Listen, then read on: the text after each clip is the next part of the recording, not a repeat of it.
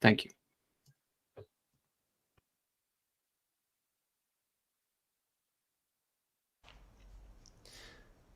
Hello Academy. My name is Cord-Landwher. I'm a Principal Unit Lead at Remarkable. And yeah, this year Remarkable is sponsoring Academy. What is Remarkable, you ask? Our vision is better thinking through technology. But that may be slightly abstract and we need to start somewhere. So what we actually do is we create embedded devices looking like this, and it's digital paper. It's an embedded device, and it's there to let you do note-taking, a bit hard to do in front of the camera. I can draw, I can make annotations, and the whole setup is so that I can get my notes synced to my PC on my mobile. We really love great design. We really aim for simplicity, avoid all distractions, and bring all the good things about paper to the digital world. Yeah, everybody wants to grab your attention these days. There's YouTube, Facebook, and all these other services. And we take a different approach. We want to actually rather enable you to focus and to think. We have really exciting technology challenges. We build Linux devices, and the whole thing from hardware design to the software happens here in Norway. We have challenges that are really cool and unique. So, for example, we have the e-ink display, which has its properties. We, of course, want to make a really great experience for the user, that you feel like you're writing on paper. We need to draw fast enough because, well, if the line appears several seconds later, that wouldn't be fun to use. We need to get the file synchronization to be really smooth, so your notes appear other places instantly. We need to, of course, pay attention to power management. We have a lot of stuff cooking that is really exciting, so we are actually having a lot of fun projects to work on. We do also have a pretty fun and modern tech stack. For some people it might be familiar. It's cute. We have our own scene graph on the device due to the electronic ink display. That's some of the secret sauce, how we get to render fast. We do use K-Archive, so we are very thankful for that it's out there. Some KDE technology is on the device. Yeah, it's C++17, you get to SSH onto the device, so it's also fun to play with. We are based in Oslo in Norway. The company got started here. We are growing and we are looking for people that might want to join the journey. And so yeah, really fun stuff. I hope everybody's having a great conference, and thanks again. Greetings from Remarkable. Thank you, Katie.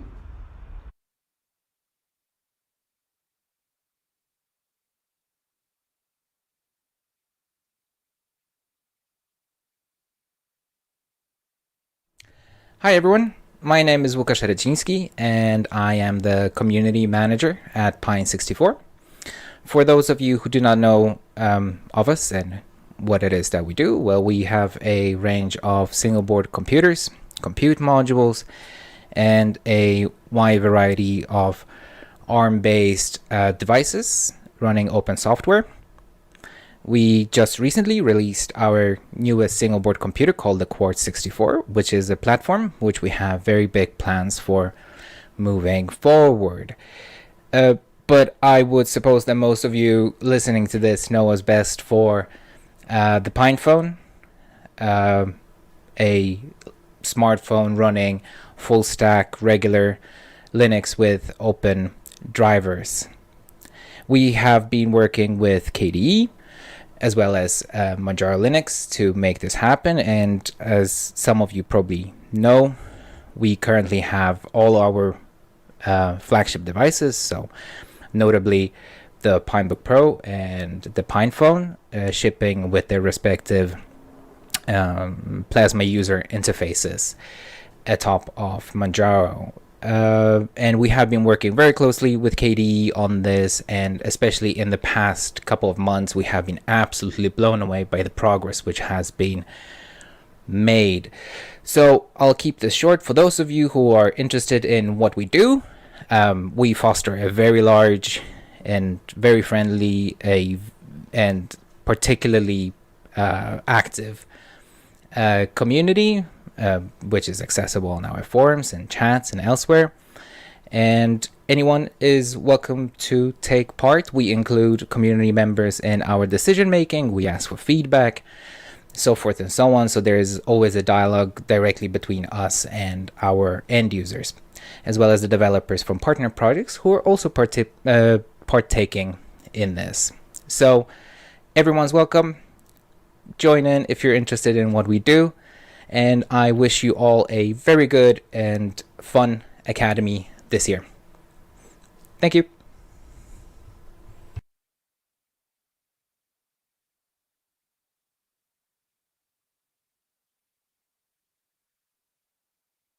Hi, my name is Alex Lee. I'm the CEO of Shells.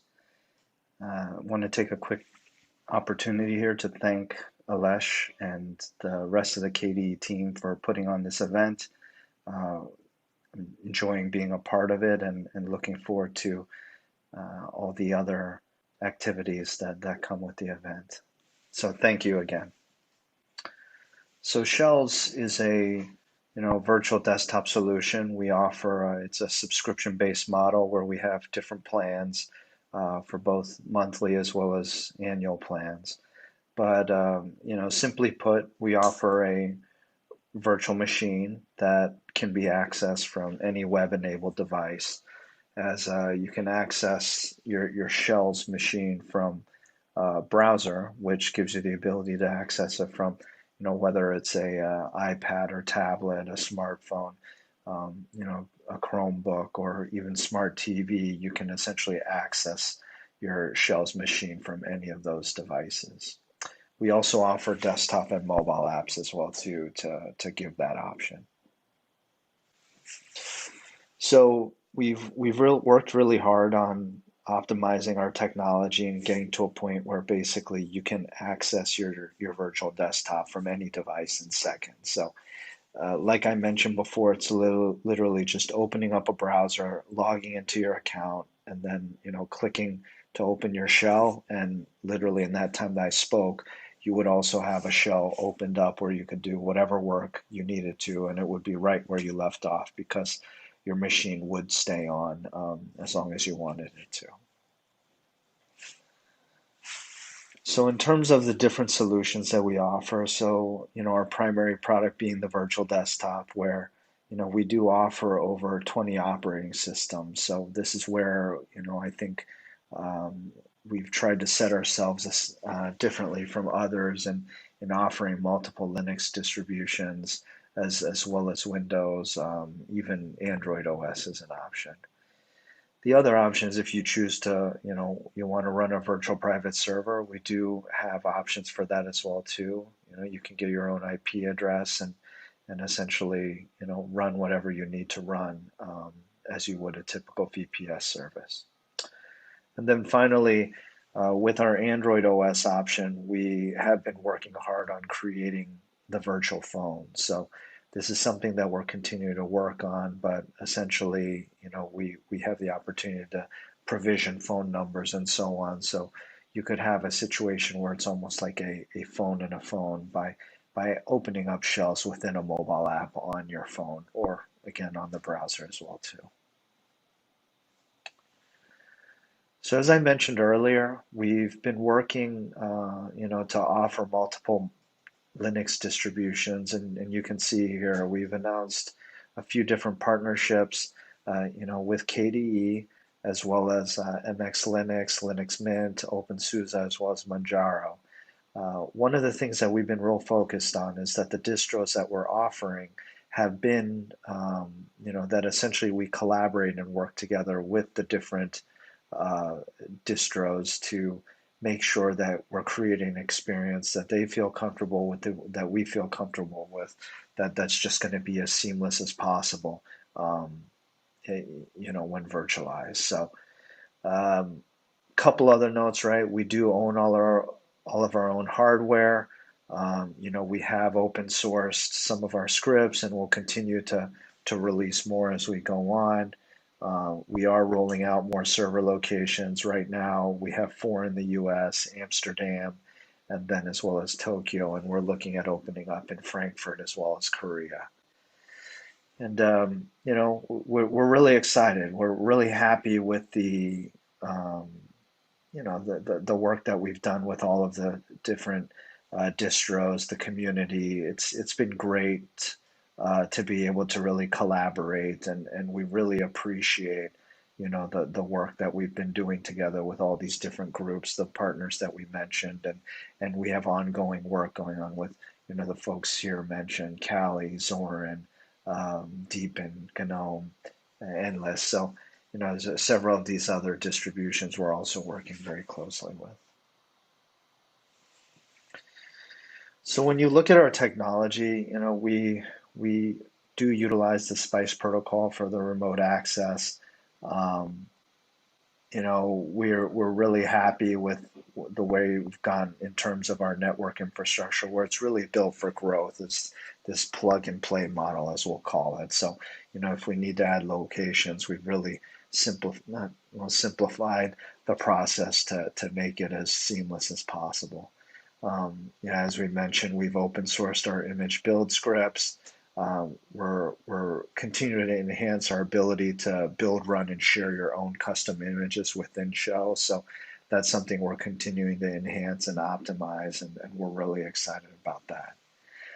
And then finally, in terms of privacy, obviously that's always a question with anything that's being hosted in the cloud, and we do have the same privacy standards as you expect from other cloud providers such as Dropbox and DigitalOcean, and obviously we're always looking for ways to improve our users' security and privacy.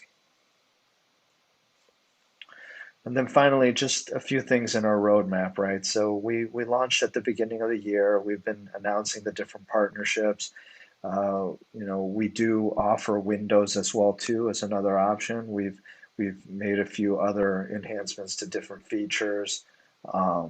We have our school pilots that are ongoing, and then kind of looking ahead, we talked about the virtual private servers, the phone solutions. Enterprise has popped up as a big opportunity. We've had a lot of small businesses approach us just because of our price point and the ease of use of our product, which is definitely something we like to really advertise and push, that we do have a very simple to use product.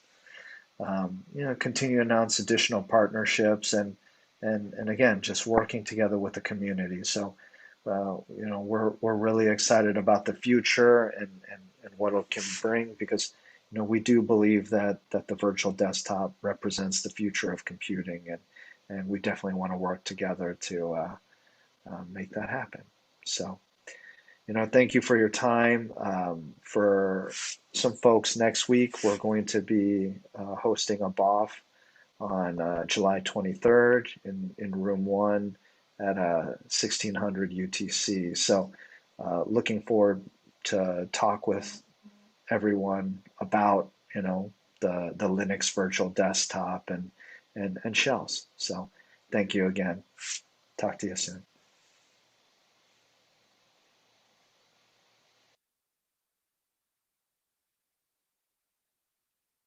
Hello, my name is Álvaro and I work at Collabora.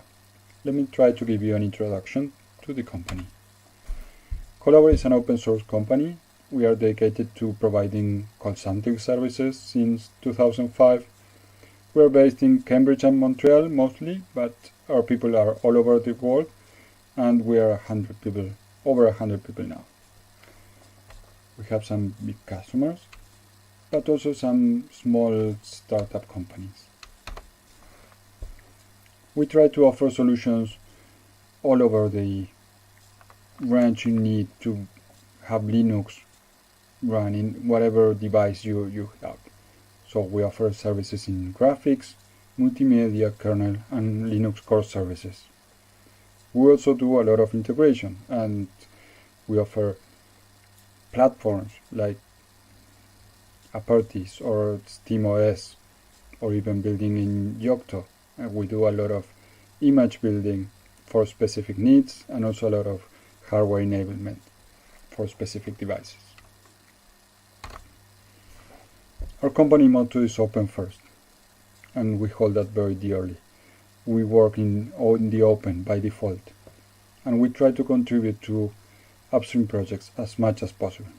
Here you can see some of those, but there are many more that we try to upstream and contribute and keep in touch with.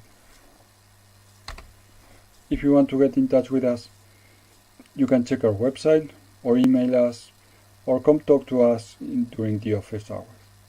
Thank you very much. Have a nice day.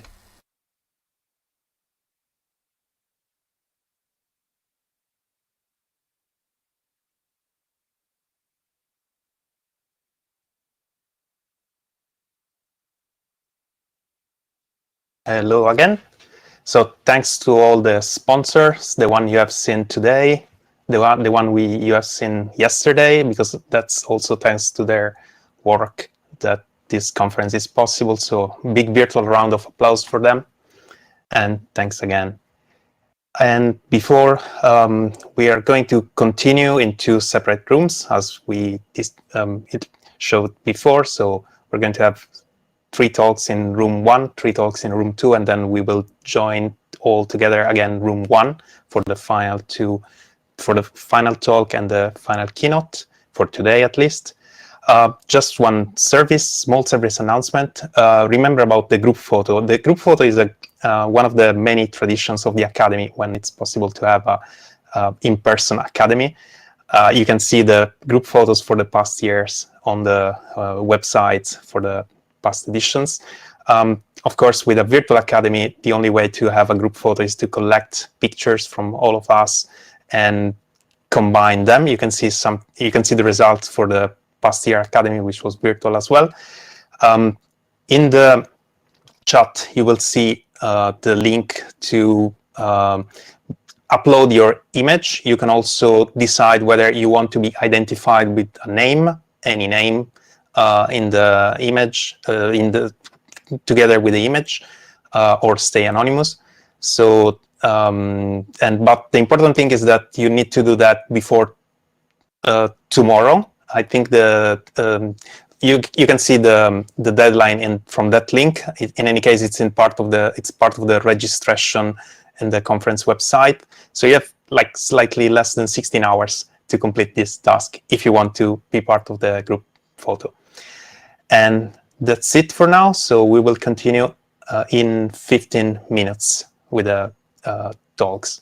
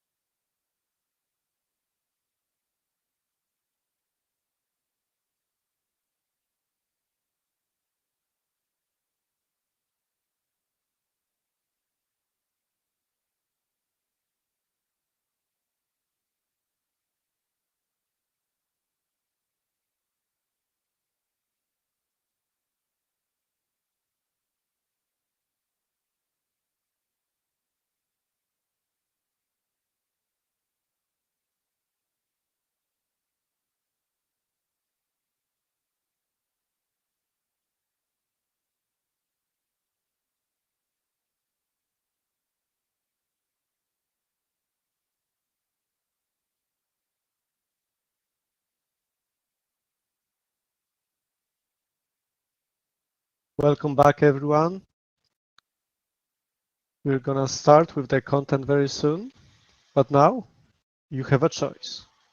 Either you stay here with me and Luigi, and you'll experience the art of logging from Andreas, or you can go to the second stream and learn about plasma internals for the next few years with Marco. Choose wisely.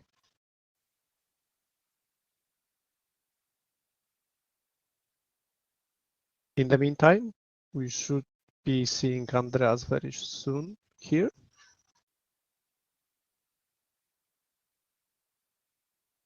Hello, Andreas, you here?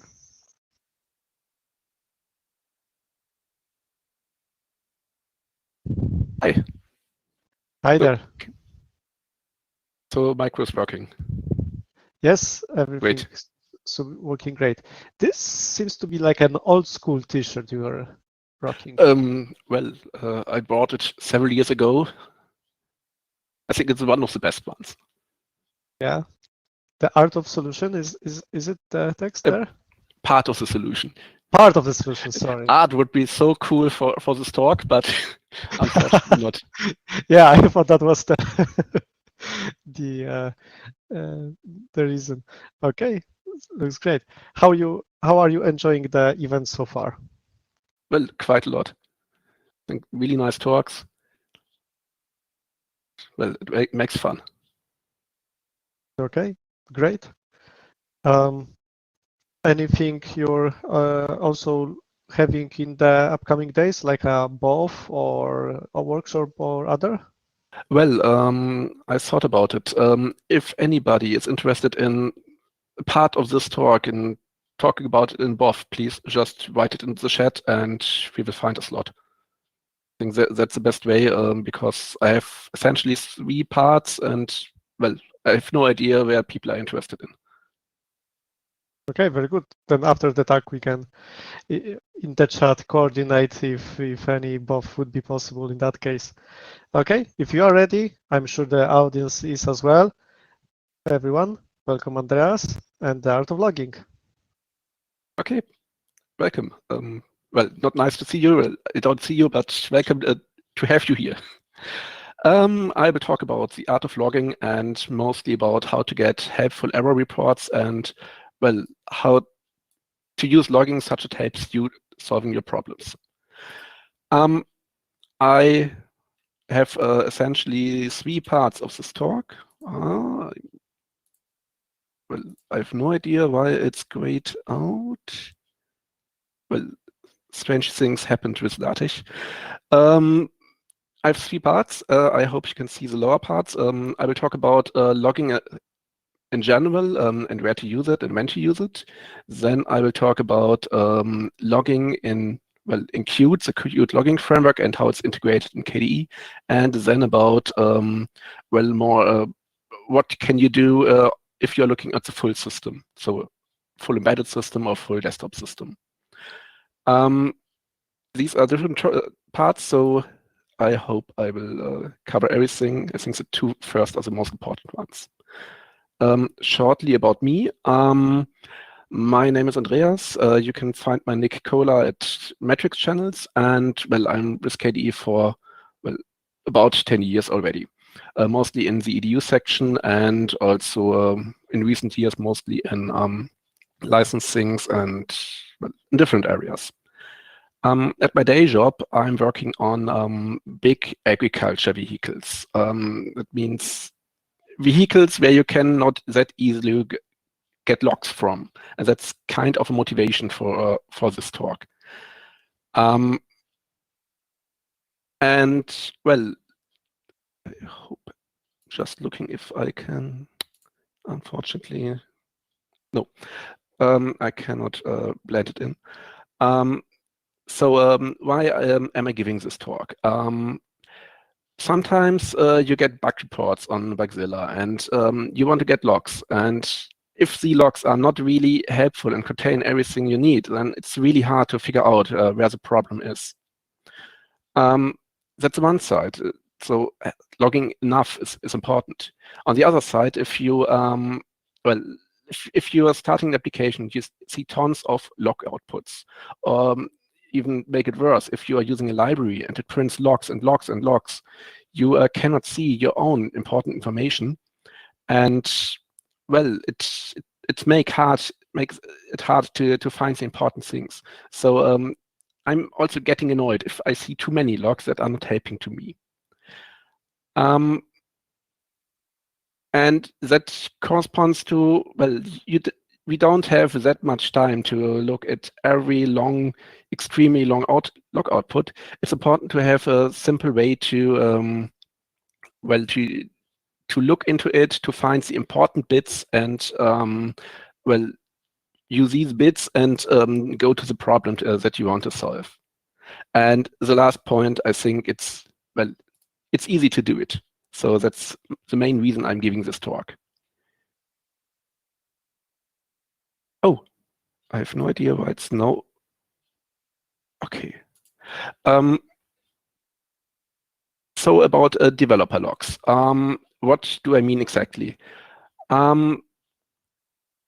The developer log is something, in my understanding, that you see on your console when you are starting the application and there's something printed out. You can use cout or printf or, well, anything you want to use. In this talk, it's mostly qdebug and friends.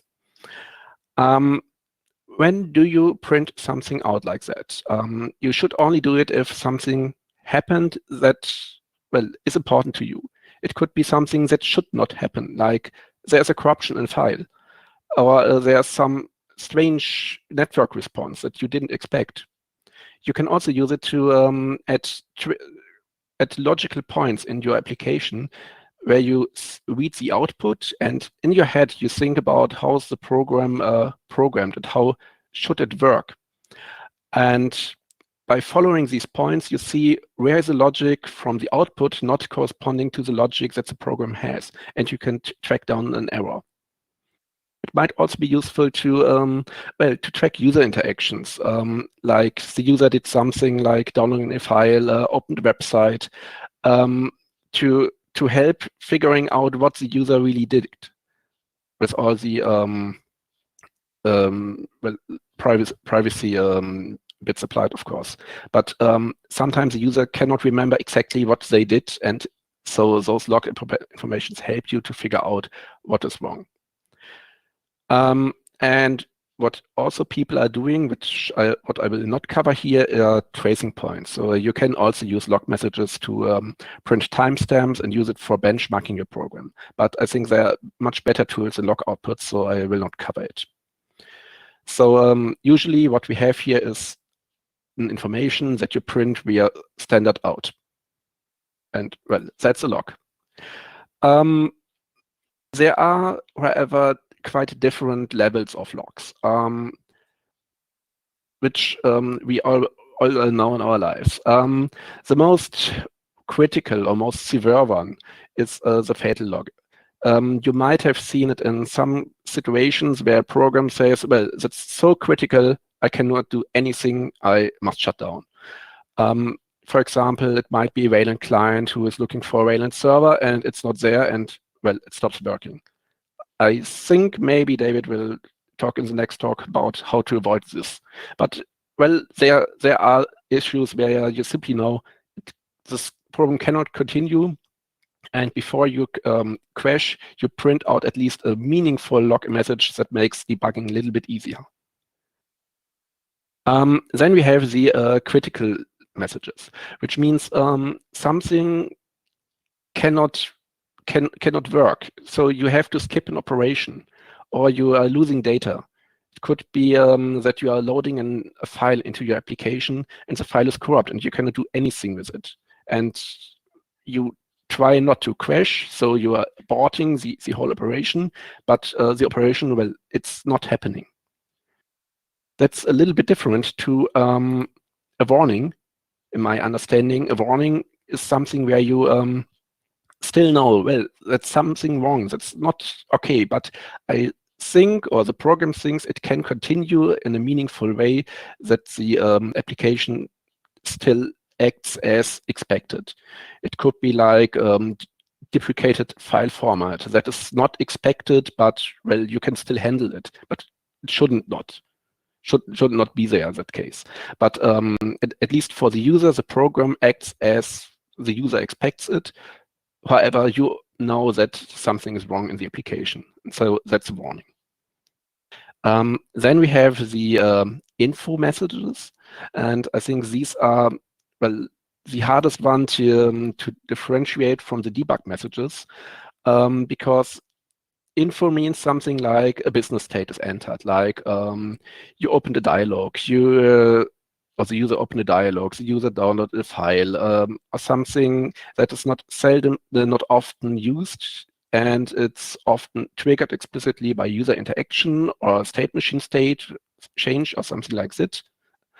And differently, you have debug messages that are much more, which happen much more often, that you often even have several times in a function that explains how the function is behaving, what are the different steps, which is the data that is currently checked. So I think in the rule of thumb, info message you print at most once per function, and well, not really high frequently. In debug messages, there can be a lot of them in a single function. And the last level that I often know are trace messages. Those you usually do not use unless you are in really low level areas. Yeah, you work in low level areas, like in network stacks or like in the Qt renderer. You can enable trace logging for the Qt renderer, and you see really fine-grained messages for every render step that is happening, and it allows you to really precisely debug what is going wrong. However, in the normal way, when you are using it, you never want to see these messages because you cannot see anything else, because there are hundreds of lines in a second that are printed out. That's not really doable to analyze. But you need a way to activate it when you really need to look into it more deeply. And well, these are the messages we want to print out in our applications in these situations where they are important. And that's the question, how to do it in the best way in Qt and KDE. For that, we have the Qt logging framework. I'm calling it here QDebug, but it's a little bit more. You can essentially include the header QDebug, and then you get most of it. The second part I will show in a few slides. If you're using it, you have different functions. You can have then QDebug, QWarning, QInfo, QCritical, QFatal, and well, what is nice, they correspond to the terms I used in the previous slides. Because if you have a debug message, or warning message, or an info message, or critical message, you can use them and print them out for the respective level. So directly when writing a log message, you should think about, is this a debug or is it really critical or warning? Because it helps you later when analyzing the program what is going wrong. The usage is quite simple. On this slide and the following slides, I'm using only the Stream API for QDebug. There's also a printf API, which I'm not using personally, but well, it's documented. You can use it. I'm just a big fan of the Stream API because I think it's clearer what you're doing. So how does it work? A debug message, you use QDebug and write some text. That's super simple. And you see on the console, welcome, exclamation mark. And well, you can also print out data types. And that's really nice about QDebug. It has printing for, I think, well, nearly all Qt data types, at least the commonly ones, the mostly used ones for application developers. I think it's really years ago that I had to write my own pretty printer by myself for any Qt type. And this is an example where you print the current date, and well, you get something meaningful. You get this exactly this printed out Q date, and in quotation marks, the actual date in a human-readable way, which is what we expect. Or different example, if we create a rectangle, then we don't get the constructor with its parameters, but we get that it's at position 1.2 and has size 3 times 4. And if you need more, so if you need more pretty printers, for example, also for your own data types, you can simply register it and write it and get a really nice output for the most important bits for things that you are you want to print out if you are passing an object somewhere into the stream. Since it's a stream, you can simply construct complex expressions and sentences out of it. Here I simply used an integer, put it after Academy, and then we get Academy 2021. You can use different modifiers for the operator for the QDebug, that you disable space, that you disable quotation marks, and then you get Academy 2021 without quotation marks and without spaces. You can also put modifiers into the stream, and by that you are getting I added a hex modifier and an uppercase modifier, and you get 7E5, which is 2021 in hexadecimal. And if you're ever using that, it's, I think, not that often use case, have a look at QDebug state saver, which looks similar like QMutex locker, and saves the current state of the stream and can restore it on destruction, which is real handy if you ever get to that situation. And there's much more documented. The best way to get it, have a look in the documentations. It's really quite nice there. But that's not all. What I showed you are, the basic debug operations. What we actually want to have are categorized logs. The meaning is that we want to categorize logs that belong to each other in the same category. But before doing that, let's talk about what's a category and category name. In Qt logging, you can create categories by simply using a string. Here it's category, and add a subcategory. So you have the dot operator, and then you add a subcategory. And you can add a subcategory to the subcategory and continue this as long as you want to have. I think I never used more than 3 levels, but everything's possible. And you can define every category you want to have. And with these categories, what I will show you on the next slide, you can enable and disable logging for specific categories or specific severities in specific categories. First, how to create or register a category. There are, of course, macros for that. So in your header, you have to use the qdeclare logging category macro and add a name for it. And in your implementation, you use the qlogging category macro, and there are 2 variants of it. There's a 2-parameter variant, and in the 2-parameter variant, you add you put the same name that you used for qdeclare logging category, and then you add the string. Here it would be category.subcategory.subcategory, for example. And you have a different way where you have different option where you have a 3rd parameter, which is called message type. And in this option with 3 parameters, you can define the minimal severity for which logging output is enabled. And the important thing to know is that if you use a 2-parameter array, message type is set to QDebug. So if you create a logging category with this macro, every debug message is printed out. So essentially every message is printed out. If you are using this macro and set it, for example, to qwarning, then you per default don't see any debug message and no info message, but warning critical messages are printed out. Fatal messages are kind of special. They don't belong to categories. but you can use that for setting default output levels. And we will see that at the next slide. Here's a really small example. So I have header login categories.h. Here I have to also include a QLogin category because I want to have these macros. So that is the way that you usually include.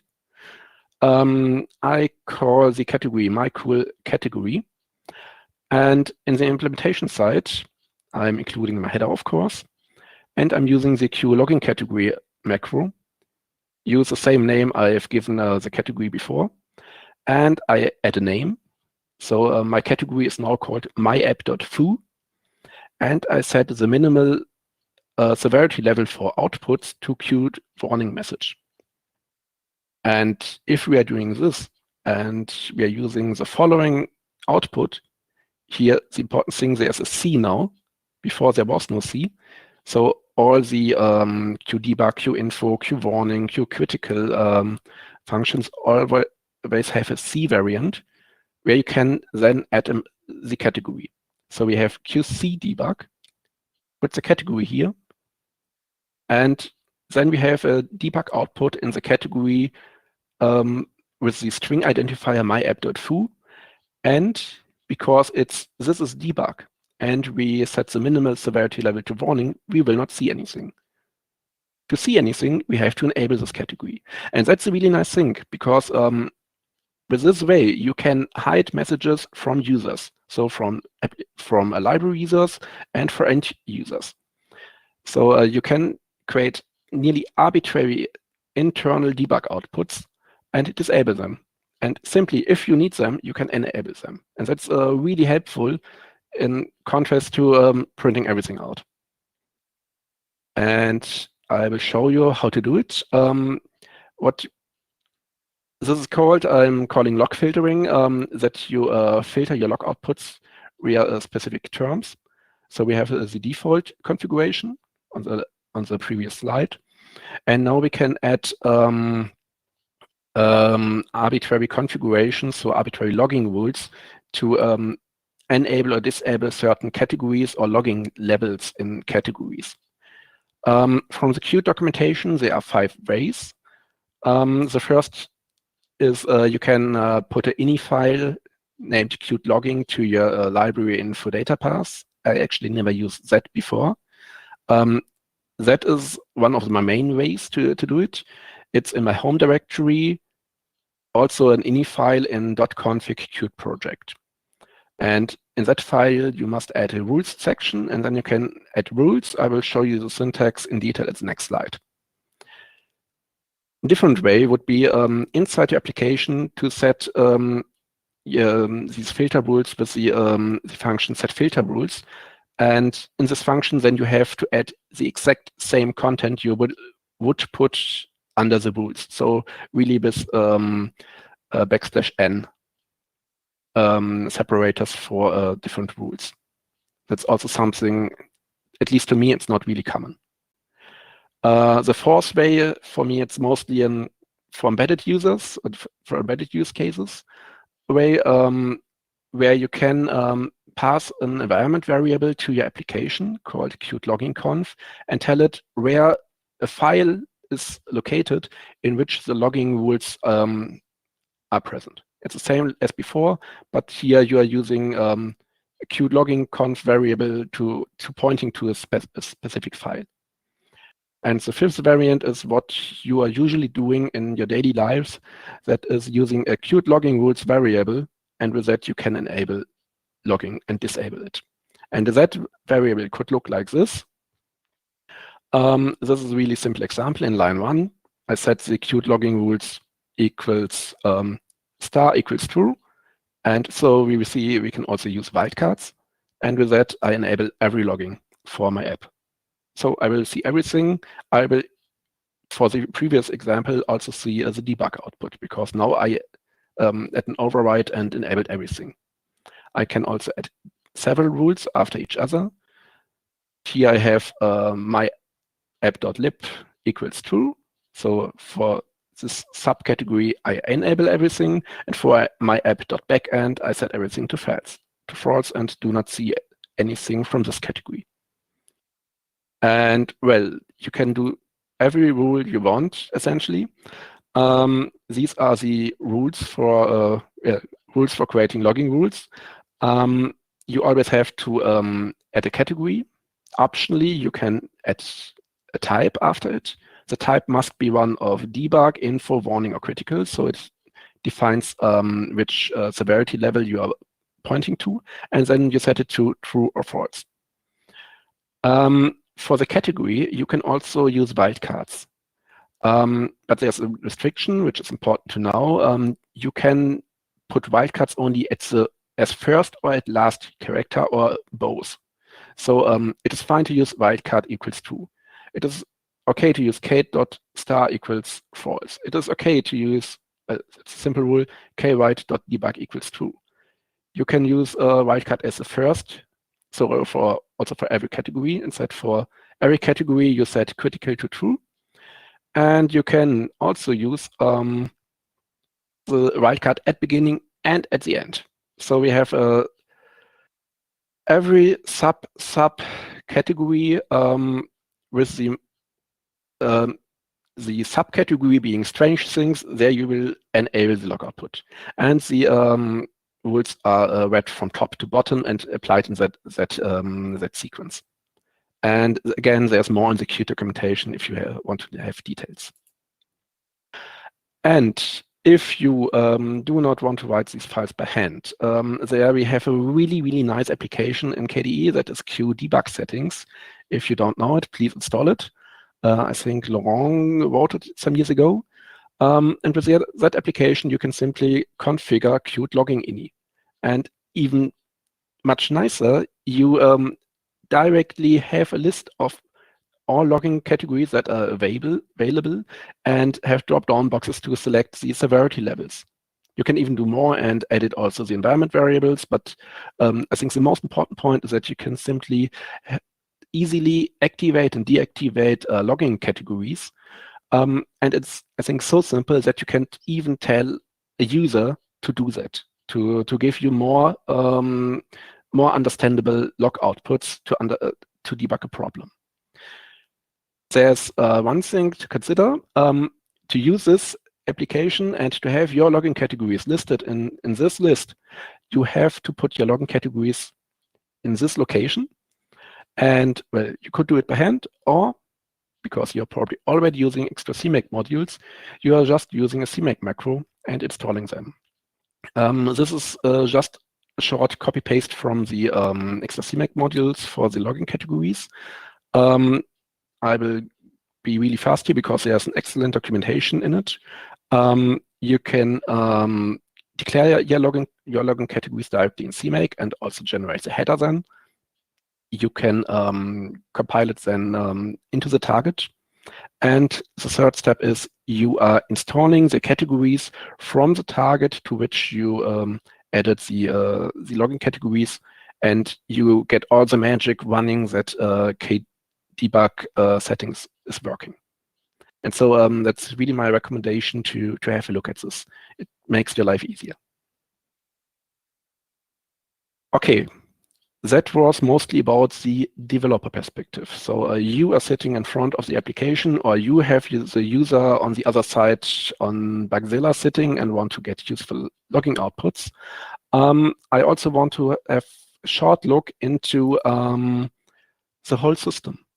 This is maybe more the look from this admin who has several client PCs where they have to monitor if everything is working nicely, or from my personal main use case, I'm looking on embedded devices where I have many applications running, many applications with Qt, and well, I don't want to have to look into each console output of every application to get my logs. That's well, it would be extremely tedious, and it's more problematic if I have two applications that are interacting really hand in hand, and I need to have both log outputs merged to each other to see how are they communicating. Example from KDE could be Econadi with Kmail, where you really want to see the communications on both sides. Or another example could be a Wayland compositor and a client, where you really want to have both outputs in one list and see which is coming from which, and see that you have the ping pong of messages sent from to each other. So how to get it? Per default, Qt is using the standard out log output. I think there is some kind of integration that it ends in certain system things or system log things, but you have much better ways. Qt directly natively implements several logging backends, and for Linux that are either syslog or journald. Syslog is, I think, the traditional logging backend, and journald is, well, it's my current favorite because it's extremely nice and easy to use to analyze logs there. There are also backends for Android, for Windows, for macOS, but I'm not an expert in that, so I will stick here mostly to journald and the journald integration. The important point here is if you want to use that, it has to be enabled during configuration time of Qt. And I'm not sure how many distributions are currently doing it. I read that Fedora enabled it. I know from my Debian system that I also see outputs in journald. I'm not sure how the landscape is there. I'm mostly looking at my self-compiled, self-configured Qt on my Raspberry Pi reference testing system, is my self-created Yocto system there. So that's on desktops a little bit different. Important point here is you must only configure one backend at once. If you're configuring two, it's undefined behavior because, well, it's not defined which takes preference. At the current implementation, I think always journald wins, and you only end with journald, and you think this log is also activated, but it's not. So you have to be careful there a little bit. If you enabled such a logging backend, then QDebug changes the way where it prints the outputs. They are not anymore directly sent to standard out. They are just sent to the journald daemon. And if you configure journald that it creates persistent logs, you have it at var log journal and can use it there and read it there. For accessing it, there's an extremely nicely used tool that is called a journal control. That's a CLI tool with a lot of parameters. You should really have a look and try it out. I bet it's already kind of working on your system, so you can directly test it. I have missed a typo. It should be -1. So this is an example where you just use journal control to see all logs of your previous boot. If you have systemd services for your applications, you can also filter by them. So you use the systemd unit and say, I only want to have outputs for SDDM, for example. For that, you usually have a systemd service. You could also say, I want to have it only for SDDM and only priorities 1 to 4. And I think that should map to most critical until warning. And there are a lot of more possible ways to use it. And it's extremely helpful if you analyze a system, or especially also an embedded system. Just one thing you should keep in mind, if you ever have problems that you don't see any log outputs anymore on your console, set this environment variable and that enforces an additional output also in your console, also inside your IDE. If you do not see anything anymore, but it lands in your logging sync, that will help you to still debug applications in your IDE. And what is really nice is to see that the Plasma team is introducing more and more systemd services, which helps making these logs nicer to analyze because they are then grouped by systemd services. If you want to have colors there, and not only a black and white command line interface, in my free time, I created a small library. It's called a kjournald. It's currently in Playground. It's mostly an abstraction for QAbstract the abstract item model abstraction for the journal control or journal DC API, and it allows a really simple integration of log filtering and log analysis into any Qt quick-based applications. I have a reference application, reference implementation there, journal D browser that you can use. And I'm looking for some people who are interested to get it somewhere into Plasma, for example. Just ping me. I would be gladly implement it there and get also this filtering somewhere easy to users. One last point here. My main use case here is that I often use the way that I'm using an embedded device, copy the full journal D database onto my system, and then use this tool or journal control to analyze it. And that's extremely powerful because you can do full offline analysis of logs, which is, at least for embedded, really important. Okay, and that's a screenshot from it. And I will be fast and go to the last slide. Okay, I was quite fast, I think. So the key messages that I wanted to tell you is, if you do logging, and you should do logging, and you should do a lot of logging, all the logging that helps you to analyze it, you should do it categorized and disable it per default, so that you can enable it if you need it. And that helps without recompilation to get, well, helpful outputs and helpful bug reports from your users. And what I really recommend is try these tools for analyzing journal control, journal D with journal control and kjournal D browser, and see what is already possible right now. Okay, thanks for keeping with me. I think I'm at the end of my time, at least at the end of my slides. So thank you, Andreas. Yes, you are perfectly on time. We have just a few minutes for some questions. I see two of them, so both from Kai. The first one, I think you may have answered, but anyway. So in the hierarchy, is there a difference in enabling foo equal true and foo.star equal true? Yes. Because the wildcard is only allowed for categories. So with foo equals true, you enable everything in category foo. With foo.star equals true, you enable everything in any subcategory of foo. So foo directly should not be enabled, I think. I would have to check, but I'm quite confident that this will not work. Okay. Thanks. So the second question is, can't we add a magic macro to annotate the login rules and extract them from the source code without having to create a dedicated login categories file?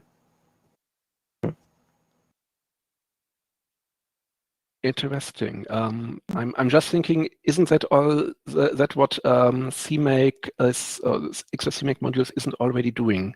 Because we have three macros. It's maybe a little bit more too much. With that, we are generating the header, we are generating the implementation, and we are installing them. Maybe for convenience, it could be aggregated into one simple macro. I think that's could be a nice way. Good point. I think I will look into it. Thanks. Thanks, Guy, for that.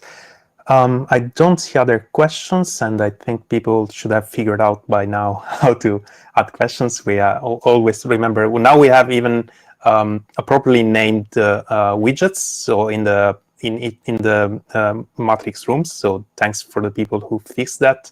So you have now the Q&A widget. So it should be easier to find that. So I guess we are at the end. So thanks again, Andreas, for the talk. And yeah, we will continue in 4 minutes with the next talk.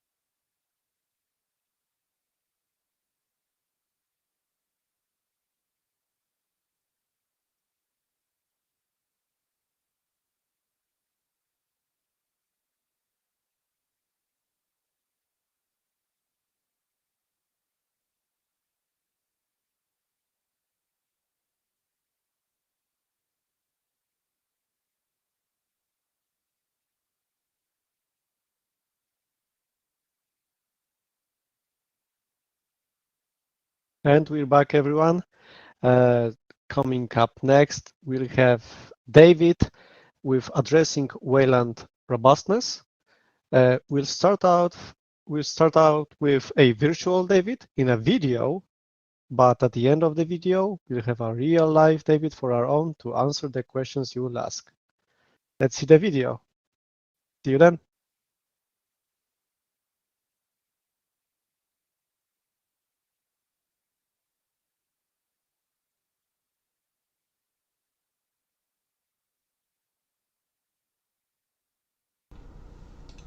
Hello and welcome to my talk, Addressing Wayland Robustness. My name is David Edmundson. I'm employed by Blue Systems. I've been working on Plasma for over 10 years, and over the last few years I've been trying to get more involved in the Wayland ecosystem, just through Plasma and through our entire stack elsewhere. So Wayland. Wayland is one of the biggest transitions we faced as the Linux desktop. It's a lot of changes in lots of different areas, and it's important that we do a good job. It's not important that we do it quickly, it's important that we do it very well. So, what's the current state of robustness? And what do I mean by robustness? So by robustness, I mean being able to handle errors. So I'm going to cut across to a video of what we see currently.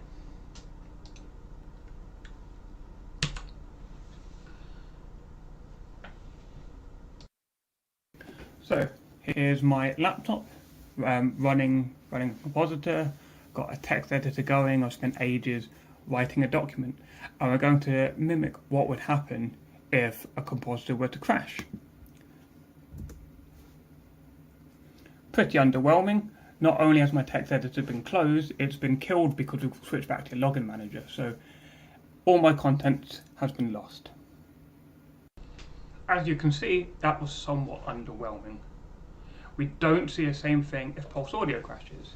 And whenever we're doing any application development inside Plasma, we try and build in a sense of robustness of handling these errors. If Power Devil crashes, Plasma Shell just reconnects if and when it comes back. So now we're going to see what happens on my laptop with a heavily patched stack throughout. Let's reproduce that scenario, but on my patched Plasma session. So I have kdevelop open, which is an absolutely massive monolithic QWidget application. And I've got my text editor, I've got some unsaved changes to mimic what a programmer is doing all day. I've got a system settings open, which is in QQuick, with multiple surfaces involved. And I've opened this to mimic what our users apparently spend all day adjusting. And I've got SuperTouchCart open to mimic what project managers spend all their day doing. So now let's reproduce that same crash that we had before. We're going to pretend that Quinn had an accidental crash. And as you can see, everything has restored, or is about to restore. Come on, Plasma. Oh yeah, so. And everything has restored exactly as it was before, with absolutely no data loss whatsoever. My unsaved changes are still here. You can still see my characters spinning around in SuperTouchCart. I could be playing a level and not even lose first place. So what did we just see? We saw that when Quinn was induced quite aggressively into a crash, that everything was able to resume exactly where it left off. If I'd left the audio running, you would have heard that SuperTouchCart never skipped a single beat in its little jaunty jingle. We saw all my unsaved changes in kdevelop were exactly where I left them, even to a point of a cursor position, because from a client point of view, nothing really happened. There was some small internal reconnections, but that's it. And it's worth me mentioning that I didn't touch any of the code in kdevelop or SuperTouchCart or console or any of the client applications. We only touched toolkits and shared library code. So I want to step back onto what problems is this solving, because that's going to help explain some of the design decisions later. So the obvious one, crash handling. And I do like the fact that this person's first response into nearly dying was to upload a picture to Wikimedia under a shared license. that's very committed. So, crash handling. It's the most obvious, most user-facing part that we're going to see fairly early on. And I do want to stress this isn't a Quinn problem. I'm not going to claim any other compositors are better or worse, only that they all crash. In this screenshot, you can see some screenshots from Ubuntu's automatic crash reporting website. And there's Quinn on the left, then Mutter, then Sway. And you can't read out the text here, but each row represents a completely different, unique backtrace. So everything crashes. And this goes on for pages and pages. We've just got the first screenshot in here. Because that's the reality of software, particularly for something as difficult as a compositor. So how did X11 solve it? There's two very important parts. Firstly, it never really did. I'm of an era where I remember X11 crashing quite regularly, to the point that it even shipped by default with a shortcut to restart it because it locked up relatively often enough that it decided a shortcut was warranted. And ultimately this has gone away, but only because they've been feature frozen for 10 years. And Wayland is not in a position where we can be feature frozen, partly because the specs are still being added to reach feature parity, partly because a lot of people are seeing the fact that the stack's open for changes again, and there's a lot of pent-up ideas and experimentation that people have that people are wanting to push. So we're not going to be able to be feature frozen for a while. Also, X11 was able to do quite a good job of delegating responsibility to other processes, mostly because it had a somewhat lacking security model. And what we're seeing is because we're trying to introduce a security model, the compositor process is adopting more and more work, more and more responsibilities, and it's touching so many different libraries, so many different ways of doing things to reach the same result. And I don't think this is necessarily a bad thing, but it is resulting in quite large applications to make a functional compositor that you need to run a desktop. Also, inside Quinn, and I'm sure it's true of the other compositors, we have end-user styling, we have end-user scripts, we have themes, and all of this concept of plugins and interaction and certainly graphical drawing, especially on OpenGL, you get problems. We can never just hope that it all goes away. But it's not just crashes. I do want to stress that that might have been one of the motivations. It's certainly not it alone. So your developer experience is also quite frustrating. In my personal Quinn never crashes, because if it did, I would have been able to reproduce it, I would have been able to fix it. So generally speaking, people ask me about some bug that's been introduced in master, and I won't be able to reproduce it, we get in a slight awkward state, and if you've got an uptime of several months, I'm not dog fooding what we're releasing. It becomes very problematic. And the whole testing developer experience is quite messy, because I can run things in a nested session, I can run things against auto tests, but nothing has quite the same experience as to actually have it on your desktop as something you're working against. Another quite interesting feature is the idea of compositor handoffs. And what do I mean by that? Being able to start an application on Waypipe, which is like SSHX, being able to forward something to a remote server, and then move it to your local session, or vice versa. Or perform a multi-head setup where you have different compositors on different screens, and being able to then move apps between them. And this would get us to an incredibly improved state compared to what we see on X11. It's an opportunity to do something better. Another interesting feature is unlocks. I'm not going to claim it solves completely, but unlocks is checkpoint restore in user space. Catchy name, catchy logo. So Creo, what is it? It allows us to take a process or a bundle of processes and just freeze it to disk. So it's like closing a laptop lid, but on a per application basis. So if we end up memory constrained, or if you want to send something to a developer to debug, or just move things between machines potentially. We've got a lot of opportunity here, but a website makes it sound amazing until you read this slide, where it says on the Creo website in quite big writing, it doesn't work for X11 because of the very nature of X11. And all the reason it doesn't work against X11 won't work with Wayland the way Wayland is currently written. With my changes, we unlock this problem, and then hopefully we might see this on the desktop or potentially on Plasma Mobile, where memory is even more constrained. It could be very exciting. So how have we done this? So the first step was to have a way of keeping a session alive when Quinn crashes. If we go with a naive approach, if Quinn crashes and Plasma Shell and everything crashes at the same time, if all of the crash handlers kick in at once, everything becomes a very racy experience. Plasma Shell could try and start before Quinn has recreated our Wayland 0 socket that it's trying to connect to. And then we're in a very sticky situation. We also introduce a potential security hole. If Quinn goes down, some other rogue compositor will come in, create a socket on the same name, and then all the other clients will try and reconnect, but to this other rogue process, and we don't want that. So we make the Wayland socket on the file system. It's not really on disk. But on the file system, your Wayland-0 file, socket file, we keep that alive. It's owned by a helper process, which starts up before Quinn. It creates a socket on disk, sets a bunch of environment variables, and then spawns Quinn with access to its file descriptor.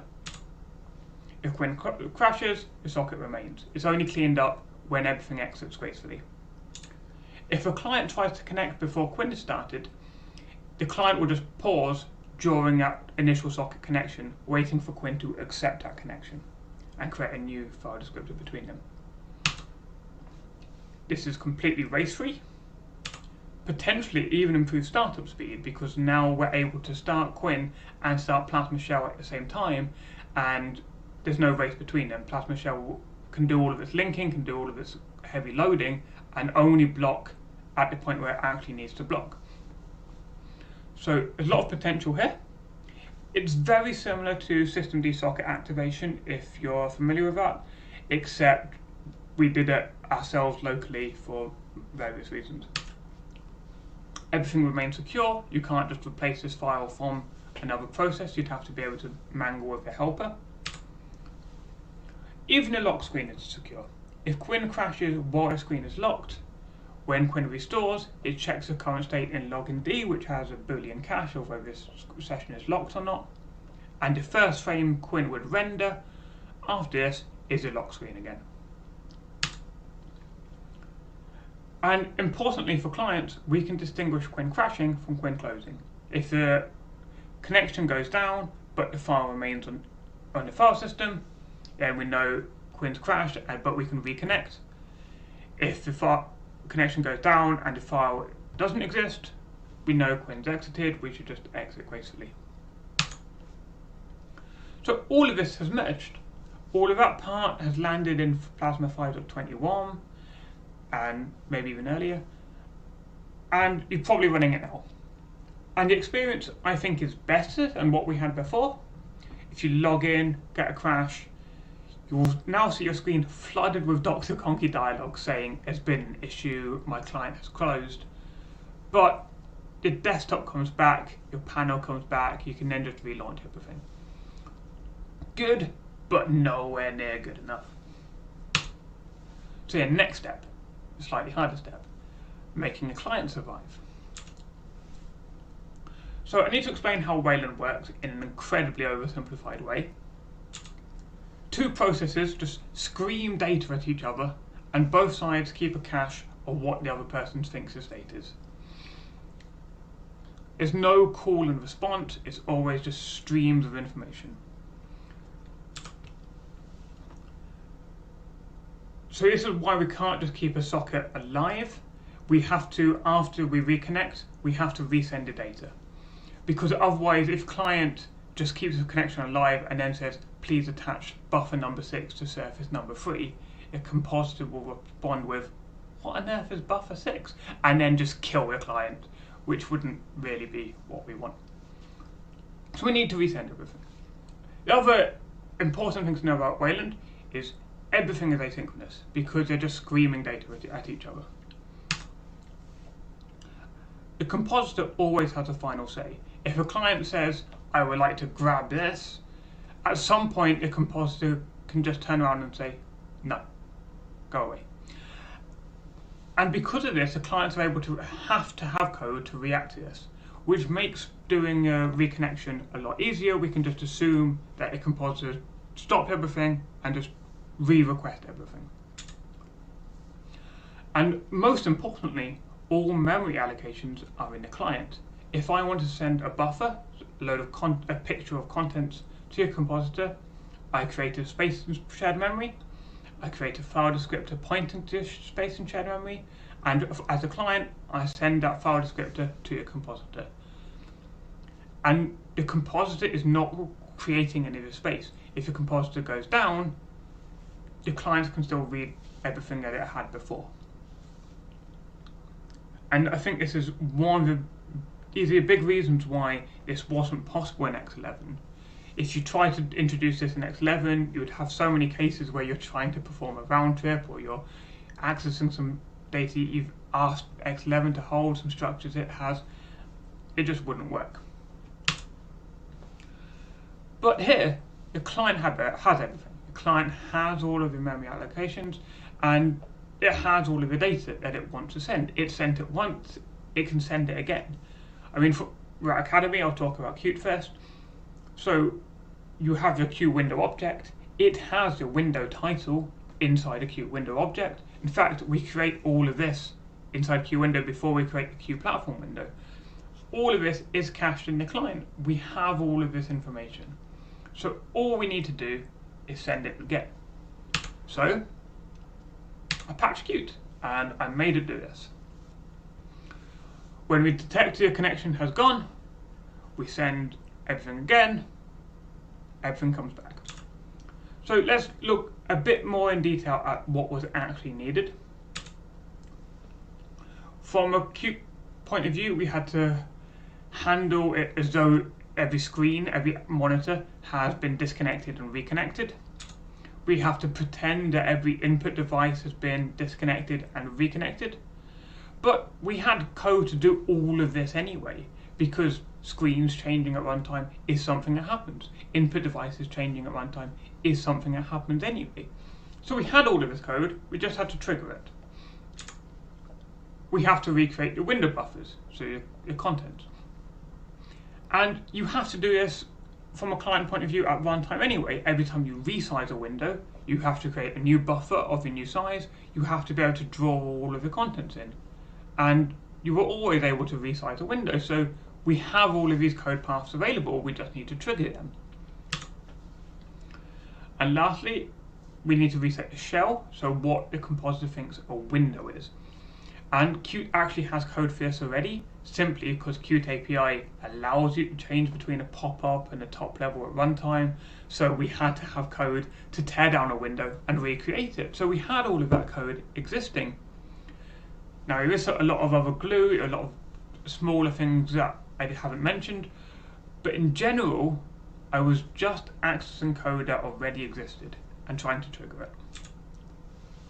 There is one exception, OpenGL, and this was one of the bigger challenges. The way this works is when we use a OpenGL library like Mesa, we pass a pointer to the underlying Wayland library objects, so it's WL display object, really low level code, we pass in these structures, and OpenGL is making low level Wayland calls using this library. So we need OpenGL, Mesa, we need Mesa to stay in sync. So I patched OpenGL, I patched Mesa, and fixed everything. It wasn't quite as bad as I initially imagined. So we were able to keep the client connection to your render device, to your graphic card, completely untouched. The client at some point gets authenticated, it gets told, oh, you're allowed to upload textures, you're allowed to do drawing. And once that's happened once, we don't need to do that again, even if your compositor goes down and comes back up.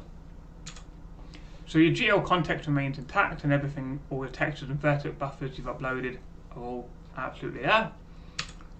The only thing we need to do is reset all your EGL surfaces, which we ask your client to do, and Mesa also has to reset a load of internal Wayland objects, a couple of factories and globals. This was quite invasive. We had to change libwayland to do that. We had to introduce a new signal to say, I've been reconnected, keep using the existing pointer I gave you earlier, but you're going to need to do some adjustments.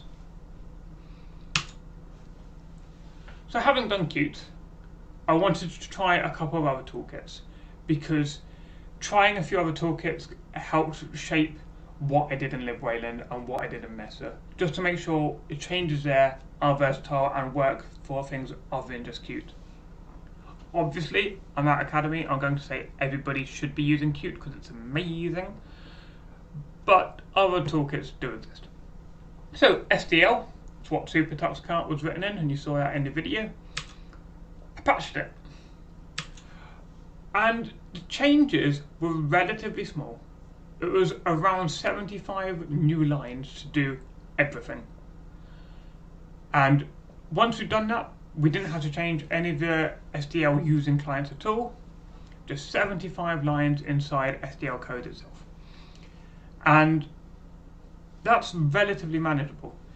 All of the changes were quite difficult. I'll be honest, this took me absolutely ages, quite embarrassingly long for what amounted to be 75 lines, but it's quite manageable. Wayland.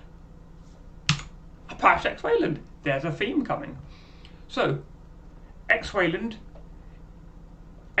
is a full X server that then has a Wayland connection for passing the surfaces and buffers and passing input events to your clients. But X server itself is a cache of client state. So all we have to do is send all of that information again. And the Wayland changes themselves were relatively straightforward. They're quite small, just resending everything. And again, I was mostly reusing existing code to handle resending a surface for a window, resetting input devices and such.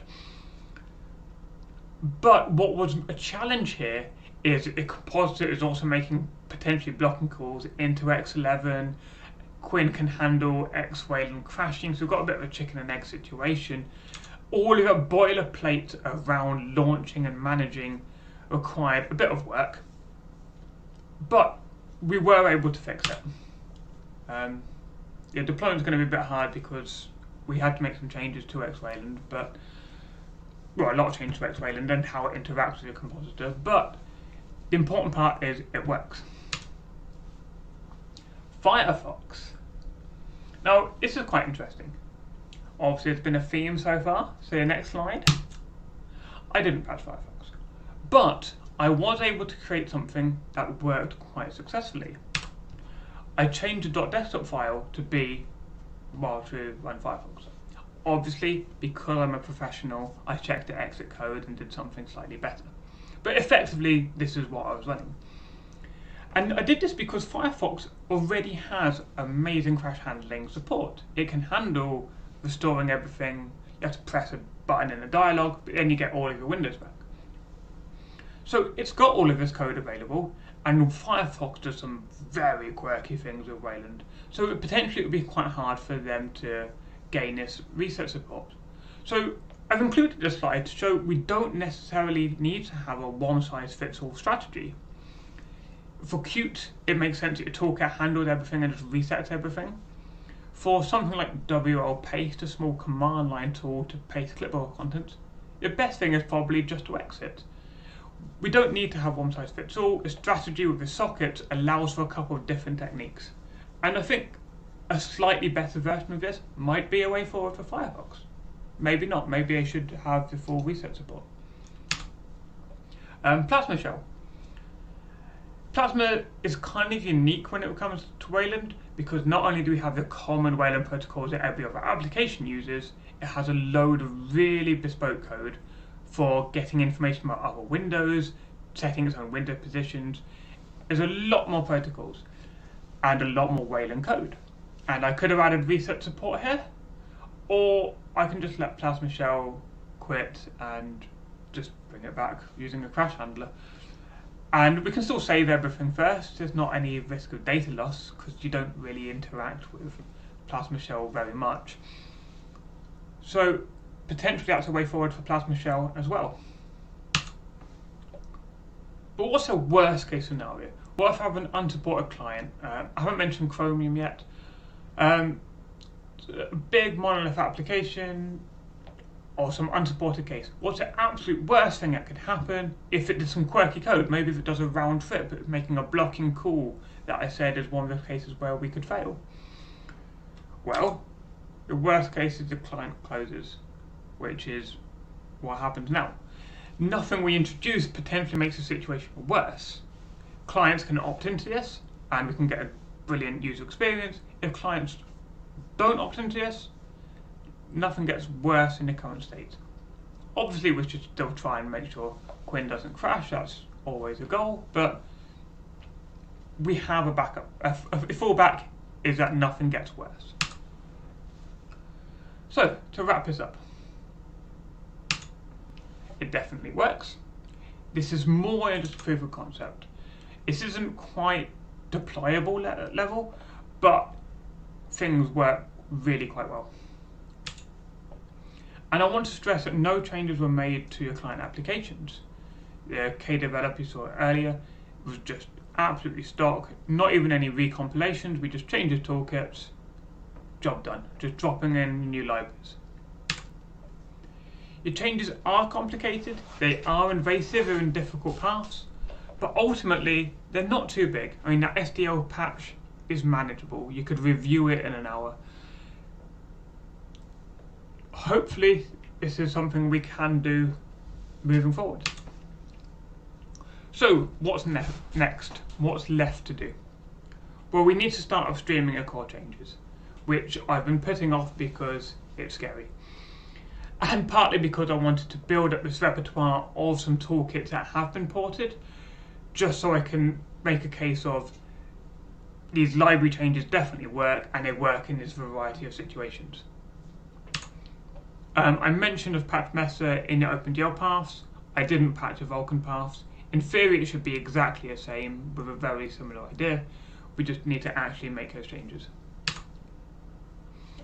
There's a few paths in Plasma integration where we need to follow up on. Effectively, anything that does low-level Wayland code, we have to treat it as though the compositor took away a global and that the global has come back. A certain interface has been removed and come back. And in theory, clients should be handling all of this already. In practice, they're not. One thing I hope to do in Qt6 is hook up some very generic signals into Qt Wayland client extension that I mentioned yesterday, so that it treats it exactly the same as a compositor removes an extension or a crash has just happened, and then you have an opportunity to reconnect with the same code path inside your client. So we need to follow up inside Plasma integration in a few places. And obviously there are other toolkits out there. GTK, Wine is quite a big toolkit that we want to have native support for. But hopefully they'll get jealous of what we're doing inside the Qt space and implement these changes. I have been speaking to one of the GTK developers who seems on board with this as an approach. And there are a lot of edge cases, potentially. I mean, the only way we'll find these is through extensive testing, but I'm sure edge cases will come up. I've been running the Qt restarting on my laptop since around February, and things are working generally just fine. But there have been some nuances. At one point, K-Screen didn't work properly, that's fixed now, but I'm sure we'll find others as we continue. When will I see this? So I've mentioned there are some Qt6 changes, and implicitly that automatically makes it a while, so 18 months from now. But potentially it means when we start moving everyone to Wayland by default, we will have all of this in place. So it's going to be a while, especially as there are underlying changes that need to happen throughout the stack a new API which has to land before his toolkits can make use of it, which is always a frustrating chicken and egg problem. But we'll see what happens. Can I run this today? Well, as I mentioned before, there are a lot of patches needed, from libwayland to Mesa to all of these toolkits, but it is doable. I'm not going to read out URLs, but if you look for my relevant blog post with the same title, you will see a set of links to all of my patches. So, any questions?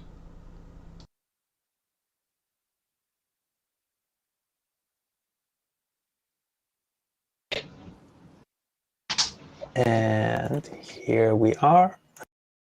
Yep, I've had a quick change of clothes and now, yep, here to answer questions. Oh, Luigi's gone. Oh my goodness, I've killed Luigi. Fortunately, Mario and Luigi have many lives.